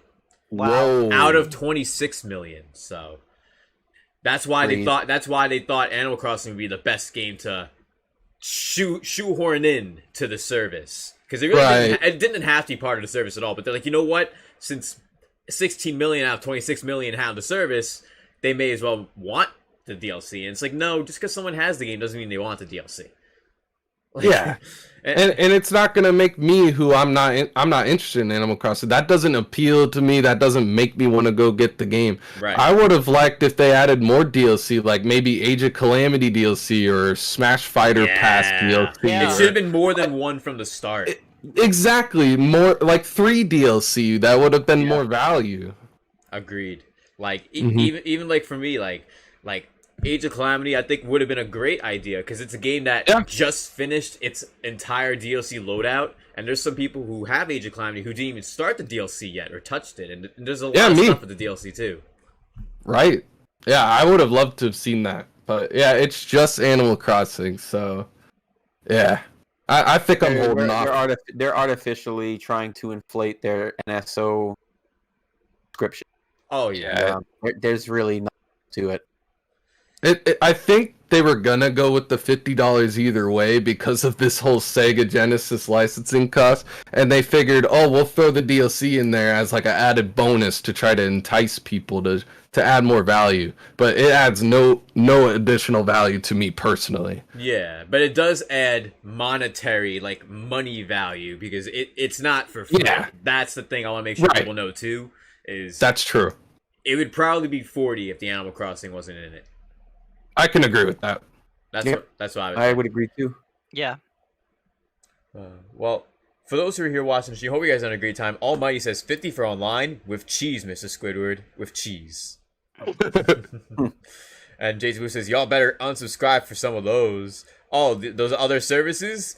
I don't know, man. I have this Anbernic right here, and I have 70 N64 games on this, and I have my N64 over there with all my other N64 games. Physical, like, listen, we're good. We're good. Oh, man. But you know who isn't good? The people who got the expansion pack for Switch Online and tried getting a Mega Drive or 64 controller, because those got immediately sold out, and they're being scalped for $150 plus shipping. $150 for a Switch Online N64 controller, or $120 for a Mega Drive controller, which is ridiculous. That's terrible. That can be seen in the thumbnail for the live stream. But man, it's ridiculous. It makes no sense why, like, people can get away with this. Like, it's like the meme from Breaking Bad. They can't keep getting away with this. Like, they just can't. The scalping's non-stop. Yeah, scalping in 2021 has gotten completely out of control. Yeah. I wasn't able. I was able to get the Metroid Dread Special Edition because I got really lucky and I managed to get a pre-order. And I got a Switch OLED, thankfully. But I have no way of getting the ME and the Metroid Dread amiibo. And I really wanted those amiibo, but I can't. I don't want to spend more than 35. I don't want to spend more than the price. Yeah, they're selling them for 120. I saw. That's ridiculous. I'm not advocating for scalping. I'm not paying them a dime. So I guess I'm just gonna miss out on the frickin' amiibo. And as a big Metroid fan, that hurts. That sucks. Yeah. Hey, Hunter, and I'm gonna let you know right now that if you go to Play Asia, you can get that set for $54. Oh, wait, for $50? 54. Yeah, for $50, the Metroid Dread amiibo set, ME and Samus, $54.99. I might have to hop on that. That could be the lowest you could find it for right there. Yeah, that's not bad. With the way that Play Asia sets it up, I mean, not to kind of drag this shit out, it just says expected stock arrival in 1 to 5 days. Bet. I'm looking on PlayAsia right now. Yeah, PlayAsia is really good. I have a ton of games from PlayAsia, actually. You get an energy tank and you get a missile tank. Do it. But they just look so good. I want them. Yeah, the amiibos. They do. I'm only missing the Zero Suit Samus amiibo, and then I would have all the Metroid amiibos. I'm kind of like, I want to do it. Very nice. It's mine. You can't have it. Oh, you got it. Man, I feel burned right now. The salt that Carl felt, I could feel it from here, dude. Yeah, it's like you're the one that's got it, 1UpJohn. I gotta get it. It hurt my heart. Oh man. Would you guys say that PlayAsia is like a trusted site? Like you would totally buy it? I buy it all the time. The only issue I've ever had with them is the only issue I've ever had with PlayAsia is when the Mega Man Zero ZX collection came out, and they had that stickers I got. That came with something I ordered recently. Got some stickers. Yeah, they took my order for the bundle, and then they had to cancel it because too many people were ordering it. I ordered it first, but other than that, they're really good. That's where I get all my imports from. Yeah, one of my recent imports was Saga Frontier Remastered. Really good game for those who ever played it. Super underrated RPG. But I basically, you order it, you don't have to wait that long either. Like, deadass, shit arrives from PlayAsia faster than shit from limited run games. Like, that's like a fact. Like, like, definitively. Oh. And Nightshade says, dude, PlayAsia is awesome. I got Final Fantasy 9 for Switch from them. Yeah, and they also have the combo pack of 10, 2, and 9, I think, also. Or it's 9 and 7. 10 and 10 2 are actually on the cartridge, which is 10 and 10 2 and 9 and 7. That's what it is, yeah. It's crazy how they were able to put it on the cartridge. I just wish they had it on the cartridge out localized, too. Yeah. Yeah, I can see that. Yo, shouts to everyone who's here. Hope you guys have been having a great time watching the stream. We'll be continuing the broadcast for about another half hour. We're currently going over the Mega Drive and 64 controllers being scalped. Hope you guys are enjoying the stream. If you guys are, 2 likes and 30 like hype, smash that like button. We got the homies Hunter, Carl, and 1UpJohn in the building for the broadcast, episode 57. Let's go. Let's see what you guys are saying in the chat. B-Leaf says, wait. How are they going to address the N64 C buttons if you end up using a Pro Controller with those N64 games on NSO expansion pack? Great question. Analog stick. Yep. And that feels awkward, by the way. I don't actually like that. So, yeah. Honestly, you would be better off getting the NSO. But also, you can buy adapters. I've got this Hyperkin USB adapter. Apparently it works on the Switch dock. I'm gonna mess around with it later tonight. And you can use regular N64 controllers with that, right?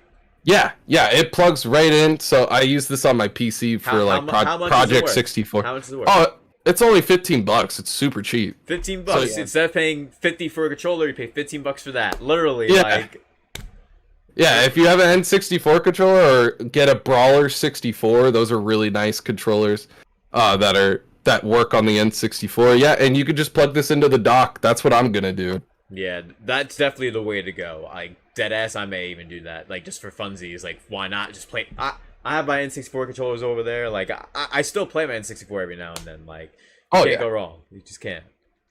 No, it's a classic. Oh, yeah. Definitely a classic console. You can't go wrong. Like, so many great games on there. Super Smash Legendary. Bros, Legend of Zelda Ocarina of Time, Pokemon Snap, and also the Pokemon Stadium games too. Oh, yeah. Stadium 1 and 2. Love both of them. Yes. Man, but what do you guys think about the scalping overall with these controllers? I don't know what you guys think.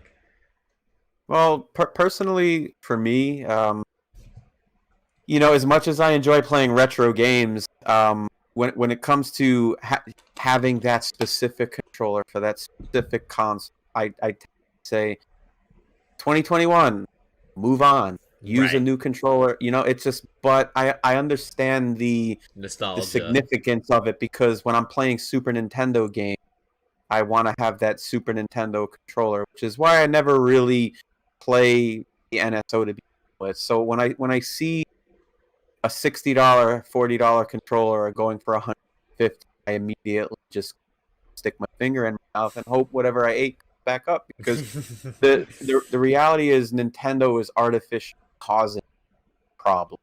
Yep. As is Sony, as is Microsoft, and this could all be rectified by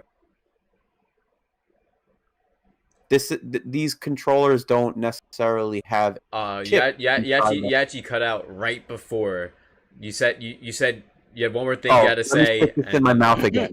What was the last thing you heard me say? I'm gonna put this thing in my mouth again.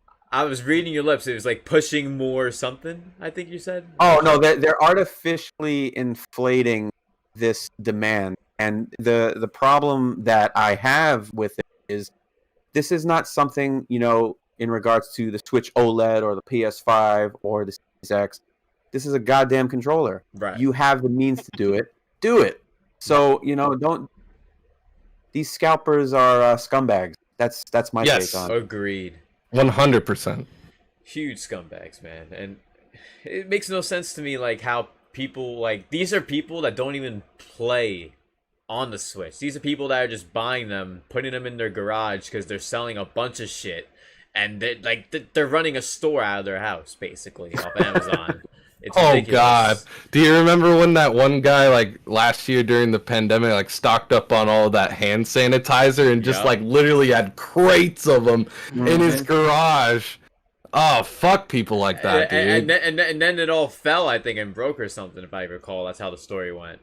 I think, like, he wasn't allowed to sell them. Something backfired about it. Yeah, I don't remember. I thought they all got, like, not contaminated, but like destroyed, or like they fell and like it went everywhere. Like I thought something like that happened, and like he was done. It definitely backfired. I don't remember how. Yeah. It was something For anyone like that. in the chat who knows, let us know how that person got that backfired on them, because I don't remember. But it's something like that. Something like that. Yeah.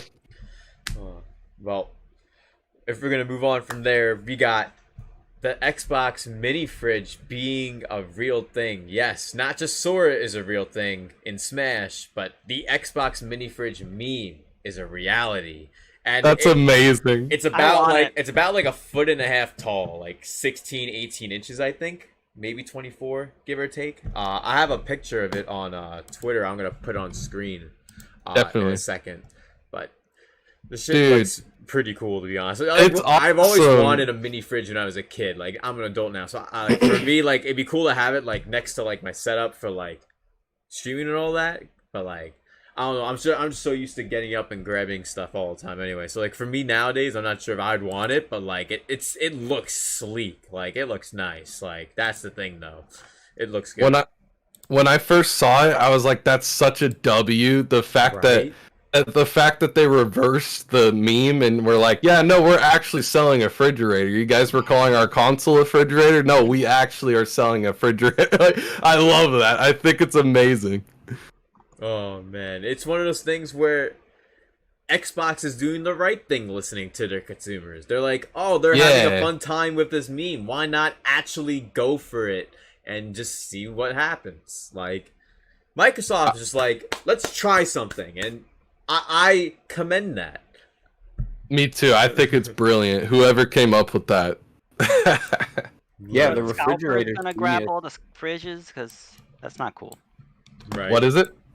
the scalper's gonna grab all the. Oh, Yeah, they That did would suck. actually. No, they already did actually. Oh man, they no. ruin everything, dude. Yeah, they really did. I'm showing some pictures right now too for those who haven't seen what the fridge looks like. Inside looks and out sick. pictures too for those who haven't seen. And yes, my camera's on screen. It's the Discord layout. Bear with me, but It literally looks like a Series X. It's awesome. Does. dead ass. It's Yeah, it's really nice. Be nice if it could play games too. There's a USB port on it, I think. yeah, Is it? yeah, maybe. Yeah. Charge your phone, yeah. Yeah. Oh, right there. Yeah, there it is. That's amazing. Now, if they could only produce the console, great. Or if they can produce games, not just acquire acquisitions.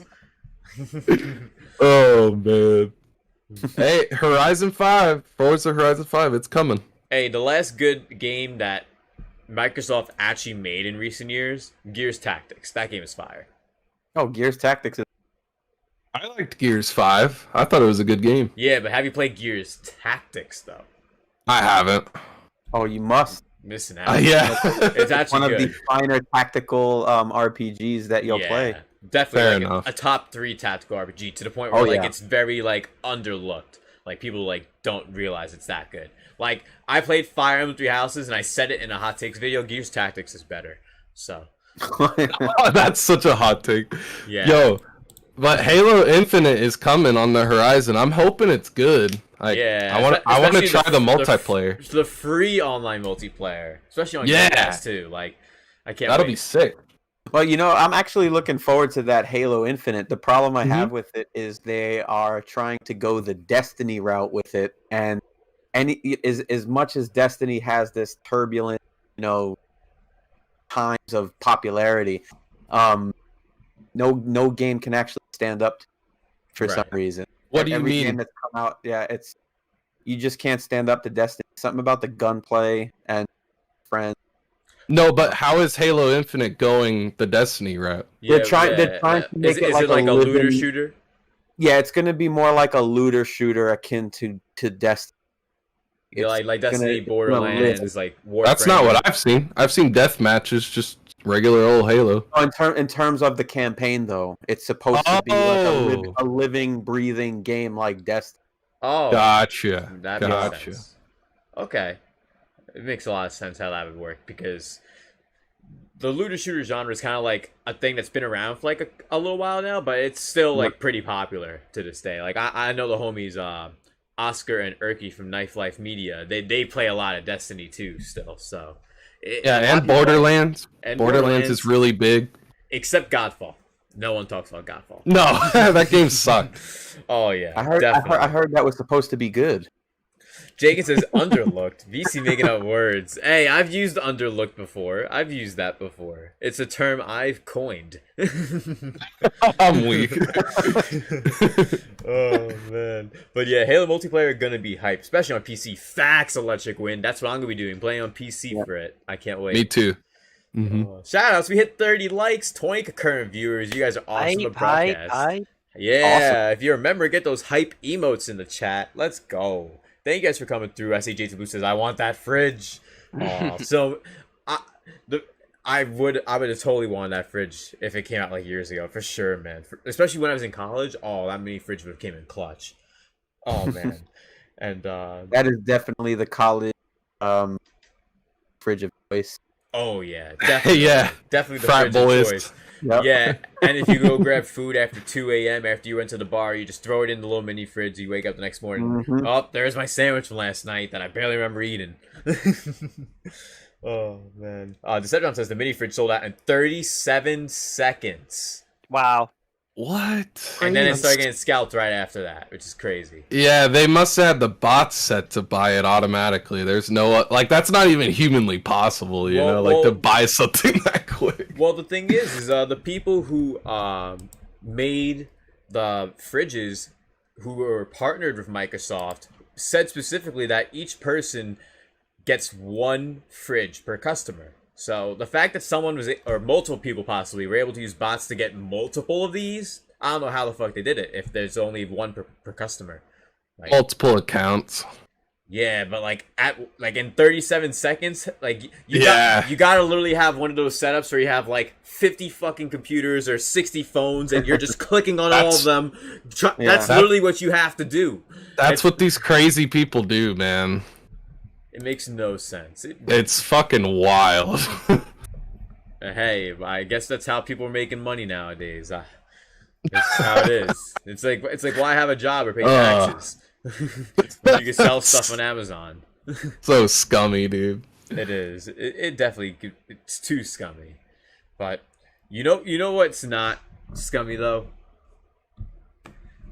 Games that we've played this year. Most of the games I've played this year are so good. You want to know how good the games were this year? The games this year so far have been so good. The only bad game that came back in my mind recently was Paper Mario Origami King, and that came out last year. Like, that came out last year, and I was like thinking, wait, did that come out this year? Like, no. And I was like, no, that game's that bad. I thought about it again. Like, oh man. But this year in general, there's been so many great games, and for everyone here in the chat, let us know some of your favorite games that dropped this year. Each of us here in the panel are going to say 3 of our favorites. And yeah, Metroid Dread is definitely one of the top games of the year for sure. For me, I got to go with Monster Hunter Rise. For sure. That's the number 1. That's definitively my favorite game of the year so far. After that, I got to go underrated pick. But for those who see me stream it, I've been playing it still, and it's a great game. I literally play it anytime I have free time. It's one of those great time-spending games. Grindstone. It came out December of last year, but I started playing it this year. And it's great. It's a lot of fun. Probably one of the most intuitive and enjoyable games that you can spend time on. Grindstone. You guys definitely got to check that out. And the third spot's a little tough because there's so many games, and it's hard to pick. Eastward is really good. Like there's a lot of games that I haven't finished that I would like to put in the third spot. Like Metroid Dread, I would love to throw that in there, but I haven't finished that yet. Baldo, I'm halfway done with that game too, and so it's hard for me to pick a third slot option for me, but definitively Monster Hunter Rise for sure, one of my favorite games of the year. But I want to hear what you guys think in the chat, as well as those here in the panel, you guys. Hunter, 1UpJohn, Carl, what do you guys have for your favorite games of 2021 so far? I'd love to know what you guys think. I'll go first. Metroid Dread, without a doubt, is my game of the year. I freaking love this game. I'm obsessed with it. I'm already almost done with my second playthrough, and I plan on playing it a third time on hard mode. So, this is without a doubt my game of the year. It's freaking incredible. If you guys have any interest in it at all, the trailers stick out to you, or you think the game looks good, because the graphics are amazing. Yeah. Go for it. It's worth the $60. It is so worth the money. I was so impressed with it. It exceeded my expectations. It's amazing. Really good exploration, really good combat, really good boss fights. Just overall an incredible experience. My cousin, who actually has never played a Metroid game, just texted me today. He beat it in a weekend. He just flew through the game and told me that he thinks it's the best game on the Switch. That's how much he likes it. Hey, I've been saying it myself. It's one of those must-buy Switch games. It is. Absolutely. So that one for sure is my number 1. And then number 2, I gotta go with Monster Hunter Rise. I mean, I put over 100 hours into it. I love that game. I haven't revisited it in a while. I think the last time I did was when I played with you, Carl, on stream, and that was a lot of fun. And with 1UpJohn. Yeah. Mm-hmm. So, I feel like I've done most of the content. So really, I'm just looking forward to the DLC.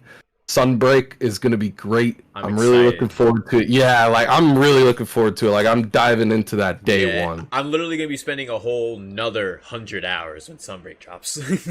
Yeah, me too, definitely. And I'm a little disappointed that there aren't going to be cross saves. They confirmed it on Twitter that the PC version is not going to have cross saves, so don't double dip expecting to transfer your character and all of your progress over. That's not a thing. They honestly, I respect that they tried and like let us know. Like Capcom was really transparent about it. They let us know that we attempted it, but it's a lot of work. And they said it's not like completely out the door. They might try to implement it later on. So that was a little disappointing. I'm just gonna stick with the Switch version and get Sunbreak. I'm looking forward to it. Right. Yeah. That's gonna be so awesome. excited. My third choice, it's a toss-up between Guilty Gear Strive and Skyward Sword HD. I really enjoyed Skyward Sword HD. No Nickelodeon All Stars Brawl? No. That game's good, but man, it's so jank. Like the it's a really fun game, and I mean, I'll still continue to stream it because I like the online.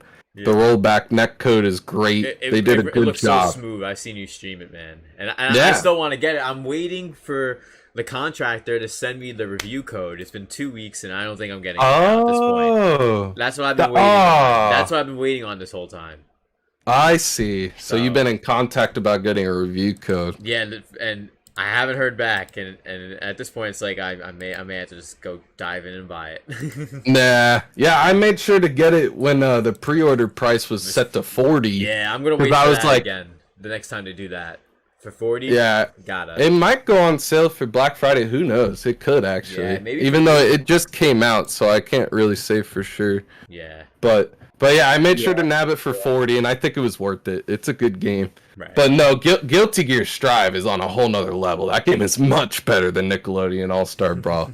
Like, Guilty Gear, the animations and the character models are gorgeous. I love the art style of that game. And Skyward Sword HD is a really great time. If you're a Zelda fan and you want to go back to classic dungeons, because Breath of the Wild is a fantastic game. I love it. But I was missing the classic dungeons, and Skyward Sword did a really good job of hitting that void for me. The classic dungeons are good in Skyward Sword. So yeah, those were my favorites. Skyward Sword is definitely a really good game, man. Very, very underrated release too. Just because like it did release originally like a decade ago. It's like it released this year too, and some people never got to experience it back then. So makes sense to re-release it on the Switch, and many people got the chance to play it, which is great. Exactly. Yeah, I missed out on it. So good remaster. I enjoyed it. Oh yeah. What did you think, 1UpJohn? I know you got your Zelda shirt, so. For me, it's Monster Hunter Rise and Metroid Dread. I don't know which one is my number one because I love both so much. Yes, sir. I've put a lot of time into like in Monster Hunter Rise. I've done over 100 hours. I still play it occasionally. I'm super hyped for Sunbreak. I'm gonna play it day one. Me too. With Dread, I beat it, and then I did a speed run, and I'm not a speed runner, but it was so much fun to run through it, so I want to do another speed run, and then I want to do hard mode. So, like, it's definitely a game that has high replay value, so I think that's definitely something to think about when it's like, what is your number one game, or what's the game of the year, or something you want to go back to. Like, there were a lot of great games, but games I'm like, I'll play it once, and I'm not really going to go back to it, whereas, like, I just really love the idea of games having more of a longer life. Like, I loved new Pokemon Snap, and it was really great to play it, but it's like, the DLC came out, I played through it, and am I going to go back to it? Maybe not. And then the new WarioWare, I was really hyped for it, and it was such a short experience. Yeah, it was only 2 hours. So it's like 3 hours, but you're right. It's so short. 2 to 3. You could beat it in 2. I've seen some people that weren't even rushing, and they beat it in 2. And I don't want to say bait and switch, but I'm just saying, like, I had no idea it was going to be that short. Me too. Especially for $50. Definitely not worth $49.99. So I'm hoping that there's DLC, there's extra content. But the thing is, Nintendo's very iffy on that. Sometimes games get content, sometimes it doesn't. Sometimes you have to wait a year for it, like Mario Party. So I don't know. So maybe that'll change my idea of that. But so for me, it's between Monster Hunter Rise and Metroid Dread. I think those are two must-have for any Switch owner. Absolutely. I agree too. Those are two games along with Breath of the Wild and Mario Odyssey and Super Smash Bros. That are must-buys on the system. Yes. What do you think, Carl, for some of your favorite games of the year so far? I mean, Last of Us 2 probably across the board. Nah, I'm just. Oh my god! Oh man, I was having flashbacks of 2020. Like what? Last of Us That 2. game. It seems to be a running troll that I can do. So I just, I just kind of go with it. Oh. Nah, but in all Alan seriousness- Wonderworld. Oh no, no, not even. Are you gonna say Life is Strange next? No, honestly, I personally feel, and this is part hot take. So I've spent about maybe 20 hours in Breath of the Wild. Like I did 14 hours of it. Beat the Beast of Gerudo, and then I came back because I was inspired by 1UpJohn to play it. So I did all the Gerudo missions, Gerudo Town. Right. But so I'm kind of basing it off of my time when I say it's a hot take. I personally love Skyward Sword HD. I think it's the best Zelda game on the console. Fight me. Whoa! Take it easy. I love the graphics. I love the graphics. I mean, the graphics are retro and yet modern in some way, shape, or form. The gameplay, even though I have to hold down the left shoulder button, manipulate the at all times, but I feel like it is a Zelda experience, whereas Breath of the Wild is, and you guys in the chat can kill me if you want, it's a lifeless environment when you're traveling. When you're going from point A to point B, where is the interaction with the environment aside from a few bokoblins? It's a great game, but I feel like it's not Zelda. You know what I mean? Like I've played every Zelda game, and I haven't beaten it. But Skyward Sword HD has hit me, same way that Metroid Dread has hit everybody else. I feel like it's a really good experience. Will I go back and play Breath of the Wild? Do I think it's a Zelda game? Yeah. But it's like Skyward Sword HD literally has lit a fire under play all the Zelda. That to me, that is what a game is supposed to do. It's supposed to be like this gateway to the other game genre. So I mean, Breath of the Wild is great, but I feel like just based on what we know about Zelda, that game for me anyway. But Monster Hunter Horizon. Sorry. I was just gonna say, is it the lack of classic dungeons? Is that what it is? I would say it's. I don't mind what they have there. I don't mind the shrines. Really don't. But when you get to like your 20th or 30th shrine, it's almost like okay. Whereas if I'm doing this, dungeon, it's like there's an element of surprise. Like I have yet to come across a dungeon, Skyward Sword D, where it's like, oh well, I know what to do, so all right, here we go. It's nothing like that. It's if you've seen me streaming that game, you'll know it's like I have no idea what the hell I'm doing at all times because it's just so unpredictable, and I like that. Mm-hmm. Breath of the Wild just doesn't give me that, like, I don't know what I'm doing. Kind of like, all right, I'm gonna go from here to here, get these guys, do this shrine, and then on to the part. But you feel it's a bit too loosey goosey, I guess. Samey. It's very loose. It's very predictable, and what I don't like, this would make it better for me, is if I'm traveling from one location, I want something to come out and kill me while I'm on my horse, because I can literally go from one end of the map to a single thing will try to kill me, and I feel that's where the lifeless. Because you didn't run into a Lionel? Yeah, I'm about to say there's the Lionels, there's the actual camps, like, of people trying to shoot at you with the arrows if you pass by them. I'm like, where'd you go? Well, did you go to the top left of the map where it's all the snow and there's no one living up there? Yeah, so like I've gone to the snow and I've gone deep enough to the point where I can run into a Lionel, and yes, I tried to antagonize it, kill me, because I'm like, I've heard you guys talk about how tough these things are, so I'm like, all right, let me fuck with this guy, and it's just like, it took me a few attempts with an arrow to get his attention, but yes, they fucked me up. I mean, pretty good. And it's like, I want more of that, and kind of touch upon Mellow Wolf's comment about God of War 2018. I think God of War 2018 is an overbloated mess. I'm a huge God of War fan. I've played every game in that series multiple times. I've beaten God of War 28 twice. And I just feel like it's too long. Like when you get to the third act of that game, it's like, when is this over? I feel like the best God of War game is literally going to be Ragnarok. And I can't say why that is without spoiling what might happen. Just Oh yeah, Ragnarok is set not- up to have such epic fights. Oh seriously. my god, it's like I would compare what I know about Ragnarok right now. I would compare that to, God of War 3. Yeah, Like, God of War 3 is amazing. I love God of War 3. But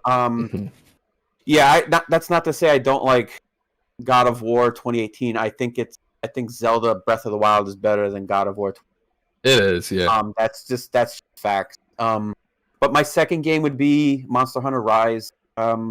Hey, so we all pretty much unanimously think Monster Hunter Rise is one of the best games. Then that's such actually a great awesome. game. I think like my original opinion about that game changed more. I played it with guys like 1UpJohn, Hunt, Dank meme. Like when I originally saw it and started to play it, I was like, this is just Monster Hunter World with an added.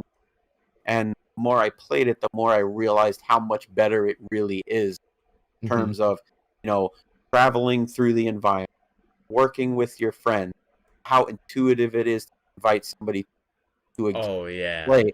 Like in Monster Hunter World, literally what you had to do before you invited anybody was you had to experience the initial confrontation with the monster before you send an SOS up.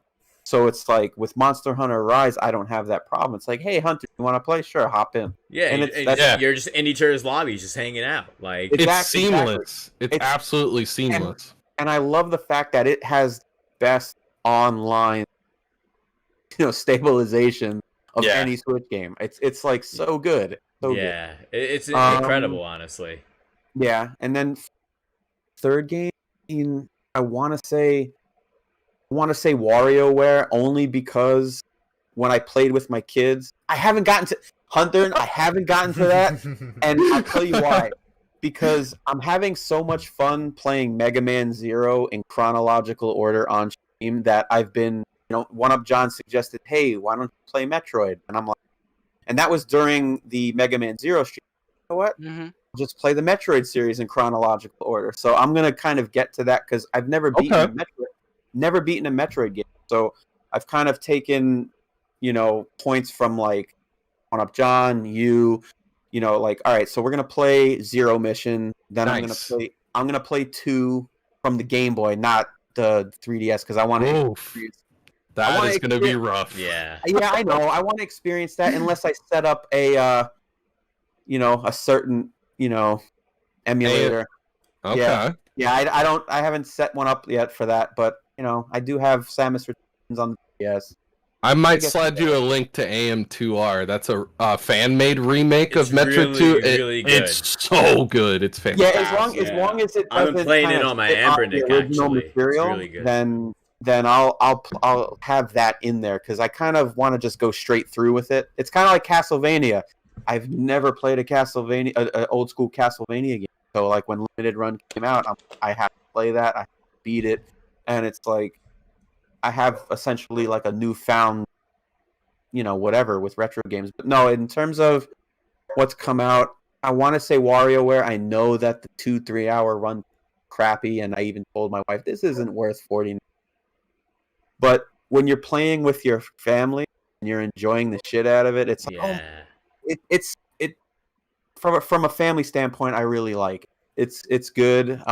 It fits. It's great to play with the local multiplayer. Like I got to play it with my kids, so that's kind of why. But Mario Party Superstars hasn't come out yet, so it's like that's gonna be a good one.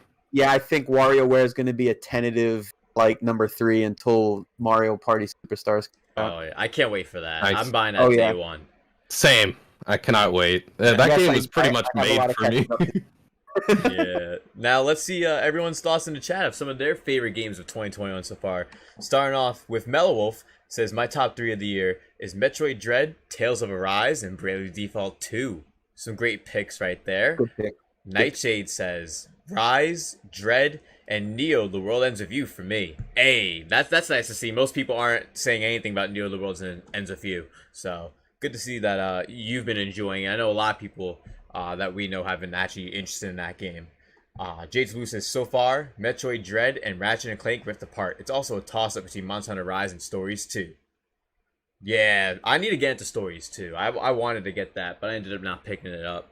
I'm missing out. Oh, man. Let me see what else you guys... Oh, have a good night, Almighty. Thank you for stopping by. I appreciate it, yo. Have a good night. It seems like Monster Hunter Rise is universally, liked, and I've seen that throughout the chat a lot, too.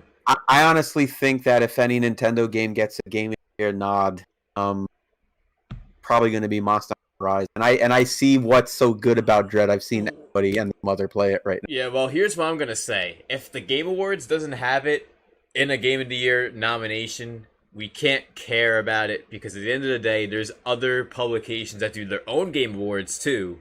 So, the other ones... For me, Monster Hunter Rise is the best multiplayer game. If they put it into a multiplayer category, that's totally fine. That's if. That's if.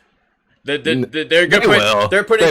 Call of Duty Vanguard on there, even after all the shit with Activision. They're putting Battlefield on there, and they're putting all those other games that are still in beta and having issues where the entire game is crashing right in front of them. Like, come on. Like, that's being nominated, and not the actual good games. That's what happens when you got Kojima writers on staff. Or when you just... all Western games, that's it. All Western games praised, that's it. Well, I hope Metroid Dread is a Game of the Year pick. If it isn't, they're complete frauds, in my opinion. It's gotta at least be Action Game of the Year, and not just thrown into Nintendo Game of the Year. I hate the Nintendo category. Fuck that. No, this game is making way too big of a splash to just be put in Nintendo family category. That wouldn't even make sense. Listen, this is Jeff Keighley we're talking about. He's been pretty much silent. Nah, they're playing Dread. Come on, dude. Nah, Jeff is not playing Dread. Maybe Jeff Grubb, but not Jeff Keighley. Yeah, that's true. If Kojima made Dread, he would play it. Kojima made Dread. If Kojima, you're right. Kojima made it. Totally. And if Kojima made Jeff the protagonist in the new Metroid. Oh my gosh. And they make Metroid exclusive. And they make Metroid exclusive to PlayStation 2. Just for this new entry with Jeff as the protagonist and directed by Kojima. That'd be hilarious. Oh man, but you guys in the chat are having a lot of fun tonight. Thank you guys for being here, yo. One game I wanted to mention that's really good. That's one of the best Switch releases this year. Well, it's on a bunch of consoles, but Castlevania Advance Collection. That is a really great collection that people should check out. If you've never checked out any of the Castlevania games, I really recommend Aria of Sorrow on that collection. It's fantastic. Yeah, for those who haven't checked that out, it's a collection of all the Game Boy Advance Castlevania games that you guys definitely have to check out if you haven't seen it already or haven't played it before. That's the best way to do it, is on Switch. Oh, I'm gonna wait for that limited run special edition. Nice. Yeah. Nice. Gotta do that. Scooter says Game Awards like to suck off PlayStation, so we'll see how much they'll show Nintendo love. Yes. Ratchet and Clank everywhere, just plastered on everything. Yo, do you know what they're gonna do? Death Stranding Director's Cut, Game of the Year nominee. God. I bet everything they're gonna do. They can't do that. They can't. It's Jeff, man. They're going to. J2 Blue says, aren't we supposed to get the nominees in a few weeks? Maybe. I'm not sure, but whoever the nominees are, I'm gonna have my pitchforks sharpened and ready. Y'all know me, I like to clown Jeff Keighley, so.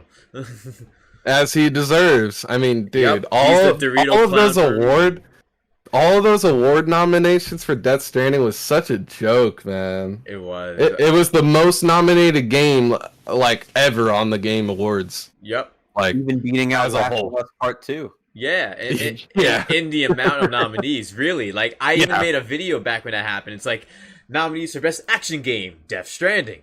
Best RPG, Death Stranding. Best everything. Literally just everything. Best mobile game, Death Stranding. Best sports game. Best sports game. Death Stranding. Yeah, fuck that, dude. Oh, man. And Electric Wind says, my top 3 games are Guilty Gear Strive, Final Fantasy 7, Final Fantasy 7 Remake, and Doom Eternal. Those are great games, but those didn't come out this year, though. Unless you mean Integrate. The Integrate expansion, if that's what you mean, then yeah, I totally get it. But Doom Eternal, that didn't come out this year, technically. Yeah, that was a Game of the Year nom for last year for sure, though. Doom Eternal was fantastic. Yeah, it was a really good game. I didn't finish it, though. I only got to play some of it off Game Pass. But from what I played, it was a really good game, man. I'm missing it. Yeah. And J2 says, this game is too difficult for a family game. Couldn't. I agree, J2 Blue, but this is the Game Awards. This is Jeff Keighley. Well, then don't even bother. Like, seriously, I don't want to see Dread as a family game. That's ridiculous. And lose. Don't even bother. And imagine they put it up against Mario Party. It's like, beats Mario Party. Oh. No, that really doesn't make sense. And that was really shitty that they did that to Luigi's Mansion 3, because that's a legitimately really good game. Yep. Yeah. And to just see them just throw it in the family game category was disappointing, for sure. Yeah, and that's the thing, too, with something like Monster Hunter Rise. Like, if I don't see Monster Hunter Rise for best soundtrack, I'm going to have a fight. Oh, yeah. Dude, the soundtrack, they always get it wrong. They didn't have Octopath Traveler. That was so bad. They didn't have Octopath. They didn't have a ton of games. Every year, they're always getting something cut out. Remember when Red Dead 2 won Best OST? That game's soundtrack has no memorable tracks whatsoever. And like, it's a good game, but the OST is like the last thing you remember about Red Dead 2. Deadass. Just like the last thing. you remember everything else but that, even the story. Like, come on. Right. And Scooter says Ratchet and Clank Rift Apart looks good, not gonna lie. It does look really good, but first I need to see what a PS5 looks like. Yeah, Ratchet and Clank Rift Apart looks great for a PS4 game that's on the PS5. I mean, literally, that game should be PS4. There's no reason why it shouldn't. No, it's totally literally for one reason and one reason only, for the PS5 to actually have an exclusive. Because there's been rumors that Demon's Souls is now coming to PS4, which is crazy. Yeah, I honestly don't think the PS5 has any game. So it's one game doesn't justify $500, right? Or even $800. Yeah, unless it's Kingdom Hearts 3 for the PS3, like I did as a kid. Like, I want the PS3 for Kingdom Hearts 3. 10 years later, I want the PS4 for Kingdom Hearts 3. Wait more years. Okay, it's finally coming out at the end of the life cycle. Yes. So. Yeah, I could kind of see that if it's a game of epic proportions, like if you're going to get like 30 to 60 hours of gameplay easily, then by all means. But like Ratchet and Clank, that's an 8-hour game. Like most of the time, like, they're an 8 to 12-hour game. Like I've played so many Ratchet and Clank games, and I'm one of those people. Hot take: I prefer the Future series, the 4 Future games over the PS2 games. I love Crack in Time. Yeah, Crack in Time is great, and the 3 afterwards too. Like, because what they did is the PS3 era, they called it Ratchet and Clank Future, while the PS2 era was just classic Ratchet and Clank. I prefer the Future era Ratchet and Clank games, and they're just so much fun, man. Like, that is easily playable on PS4. But for those here that are in the chat, thank you guys for coming through to watch tonight. This has been the broadcast, episode 57. For the next 7 or so minutes, we'll start winding down the broadcast portion of the show. So I thank you all for coming through, and you guys got tons of great feedback. Mello says, Metroid Dread, best indie game. Yo, deadass. I seen someone say Hollow Knight was better than Dread on Twitter. Get him out of here. Block instantly. Instant block. No, that's literally what I did. Instantly block. Like, you can go through some of my block lists, and like you'll see a bunch of Hollow Knight stands. Like, in my blog. Oh yeah, you pissed them off for sure. But like, dude, if they're actually gonna say like, because I saw your post where someone replied, Super Metroid isn't as good as Hollow Knight. It's like, bro, you're automatically discredited. Like, because Super Metroid is literally what birthed the genre that you're playing. Like, people are so dumb. Agreed. People are too dumb for their own good. Too dumb to have a phone. Any access to the internet. Too dumb to have it. And B-Leaf says big facts, and Decepticon says, I know who you're talking about, VC. Laugh my ass off. Oh, man. Yeah, that guy's a troll, dude. Absolute bum. J2 Blue says, they put Jump Force as fighting game of the year. Jump freaking Force, right? And they skimped out on Power Rangers Battle for the Grid last year. I completely forgot that Jump Force was actually a fighting game nomination. That's what I'm saying. Yeah. I think Jeff Keighley hopes everyone forgot since last year too. You're right. They were just like, oh, what other fighting games came out? Oh yeah, just throw Jump Force on there. Like what?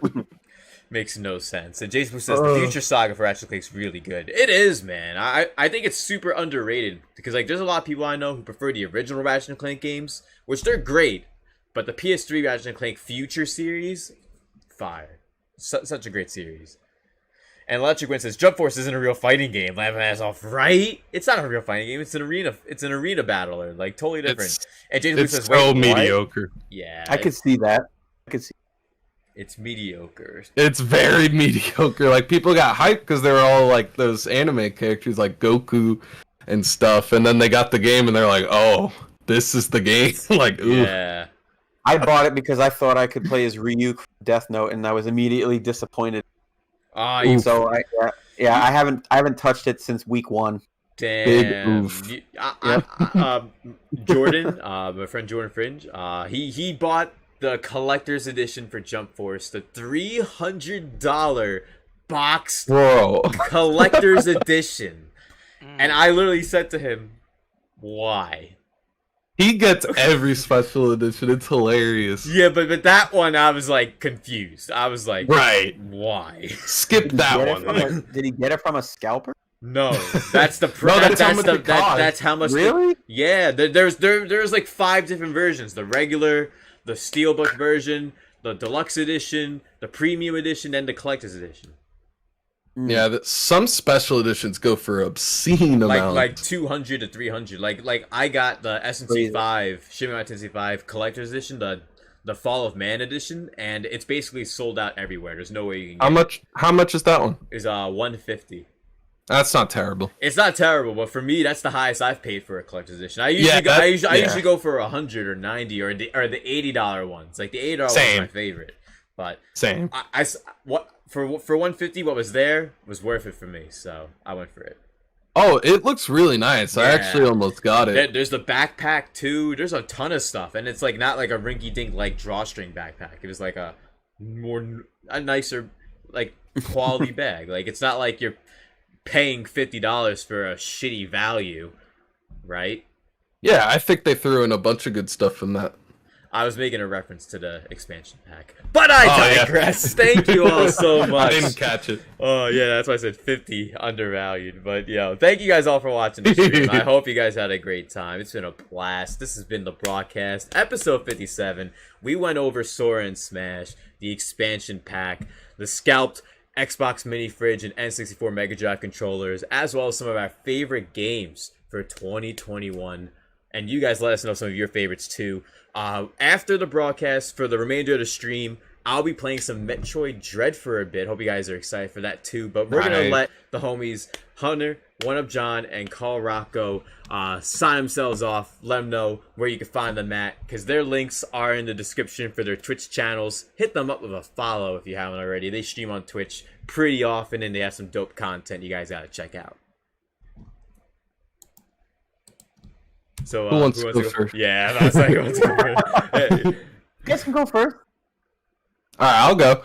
You guys can check me out over on twitch.tv/HunterN64. I'm a variety streamer. I mainly do Nintendo. I'm definitely going to be streaming more Smash Ultimate this week. I am loving Sora. Sora has single-handedly got me back into Smash. I was taking a long break from it.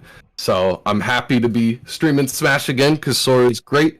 I'm also playing through Kingdom Hearts 1.5 Remix on Proud Mode, the hard difficulty, which has been a total blast playing through that. So, and like the boss fights are pretty difficult, so it's pretty funny to watch me rage here and there. So definitely check that out. Yeah, thanks for having me, VC. I really appreciate it. It's been a blast, and it's great to have you on once again for the broadcast, man. Especially with all of these topics tonight, because I know you want to talk about the N64 expansion pack. 100%, definitely. 100%. All right, so 1UpJohn. Yeah, Carl. Yeah, like you said, after you, 1UpJohn. After you. All right. Yeah, Thank you so much, V-CiPz, for having me on. This was a lot of fun. It was great to have you, man. Thank you for coming through. It's been a blast. Yeah, thanks. Yeah, so I stream on Twitch. You could go to 1UpJohn.com because I have links to my Twitch, my YouTube, my Twitter. I'm very active on there. I'm a variety streamer, so sometimes I do NES streams, Game Boy streams, N64 streams. I like playing obscure stuff, but also modern stuff. So I play everything. So yeah, so I hope to see you there. So thank you. Bye. Hey guys, V-CiPz, thank you for having me on the show. Guys, thank you for talking with me. I really appreciate it. It's been a blast, honestly. But you guys can find me on Twitch at twitch.tv/Carl_Rocco. I pretty much stream everything, whether it's retro or modern, single player, it doesn't matter. Currently playing so stuck on Breath of the Wild. I'm currently playing Skyward Sword HD. Maybe and, you subconsciously want to go back to it and maybe run into a Lino again. I do. I actually do want to go back, but not at this time. Nah.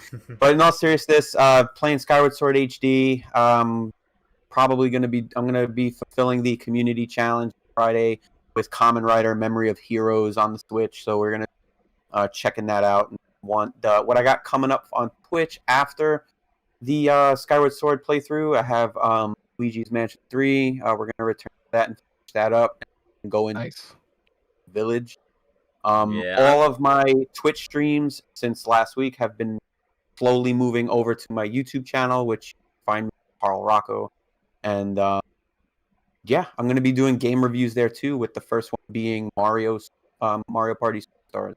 Nice. Mario Party Superstars looks so good. I can't wait. It's going to be dope. But I got to try and go into it with an open mind and a non-bias to it, because I already know it's going to be fun, but I got to be able to nitpick it too. But yeah, that's where you guys can find me. I'm also on Twitter at krock_80. I post a lot over there as well. Awesome, man. Make sure you guys check out the homies HunterN64, 1UpJohn, and Carl Rocco. Their Twitch channels are in the description, and make sure you guys follow them and check them out on Twitter too at those links as well. You guys are awesome. For those who are still watching the stream, we will be continuing to stream because I will be playing a little bit of Metroid Dread till we stream for about 3 hours. So I hope you guys are excited for some gameplay, like we always do, for a bit of gameplay at the end of the broadcast.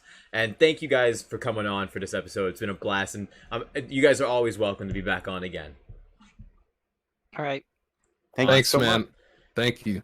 Anytime. I hope you guys have a great night, yo. Thank you guys for coming on. It's been a blast, especially talk about all this stuff in the expansion pack, man. We had to let them know what at no additional cost really means. It's not free. It's just granted access.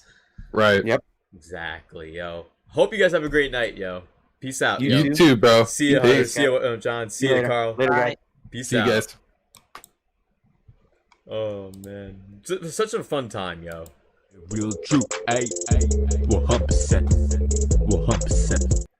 Hanging out with the homies, 1UpJohn, Carl Rocco, and as well as HunterN64. Make sure you guys check out their channels if you haven't already. They're the best. They're the bros. But we are gonna be playing some Metroid Dread for the remainder of the stream. We'll be having about like 40 minutes or so of Metroid Dread gameplay. Because I gotta wake up somewhat early tomorrow actually. So unfortunately, gotta go to bed, which sucks really bad. I hate going to bed early, but tonight I have to go to bed early, which sucks. But we got some Metroid Dread gameplay that will be going down tonight. So I hope you guys are excited. We're in Barencia right now. And we'll see how far we can get. I'm just right now getting my my game capture set up. For some reason it's not popping up. May take a second. As some of you may know who've been to my streams for a while, sometimes the game capture can have issues if I start the stream before the game capture itself. So let me see if there's any other option.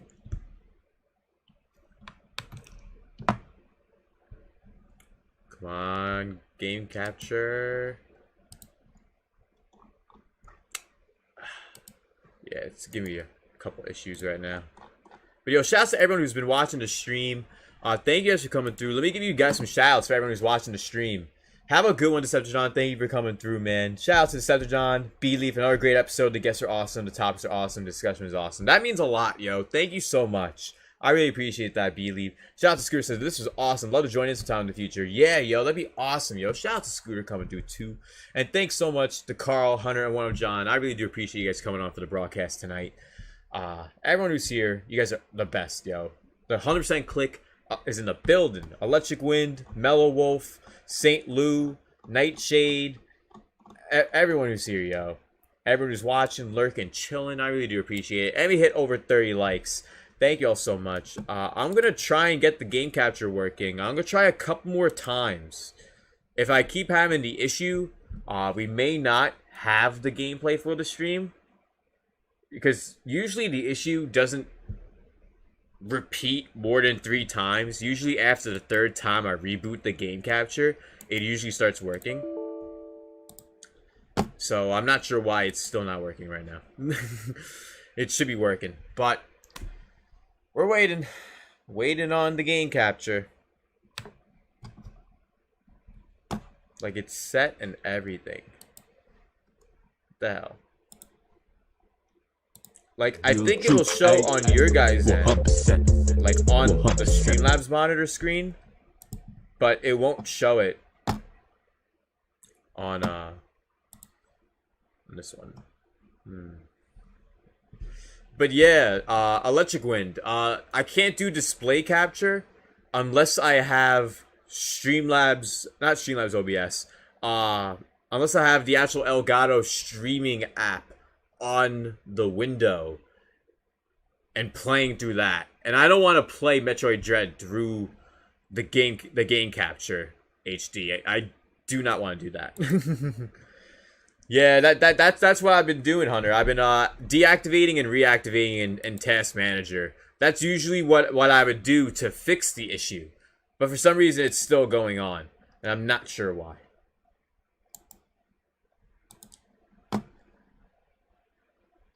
Shout out to Saab Vasquez. What's up? Great stream, man. I know I don't comment much, but your work doesn't go unnoticed. Thank you, Saab Vasquez. I really do appreciate that, man. Seriously. And even if you don't get the chance to comment that often, it really means a lot, even if you're just lurking, hanging out, listening in. Thank you so much, Saab. I really do appreciate that. Thank you. Right now, we're actually trying to get some Metroid Dread started. However, for some reason, my game capture isn't operating. It's not working. Every time I boot it up, it's just not working. So I'm not sure why this is happening again, because this hasn't happened in a long time. And the only ways to fix it is by Xing it out, and then going into Task Manager and deactivating it to end the task, and then turning it on again. And this is like the 6th time now. So hopefully this starts working, man. If not, then I'll just play Metroid Dread off stream. Like, I'll just play some Dread on my own time. But I wanted to play on stream for a bit. You guys know I like to play some video games for a bit after the broadcast for a bit. So this is bullshit. It's just not working. Let me deactivate it again. Alright. Game Capture HD. Work.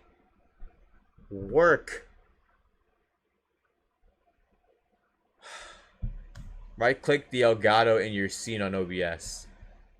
Try it that way. Okay. That's not a bad idea.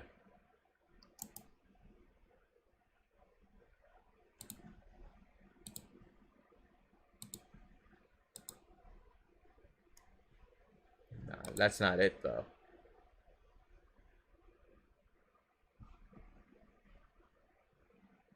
Yeah. It's not working. I did exactly what you said, Hunter. It didn't work.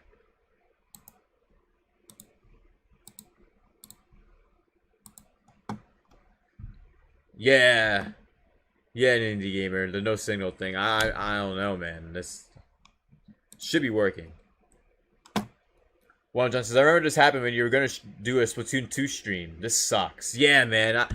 That's the last time you were supposed to stream Splatoon 2 also. I remember that. It was after the broadcast. You were going to play Splatoon, and then the fucking Streamlabs. That was the last time. That was the last time that this happened.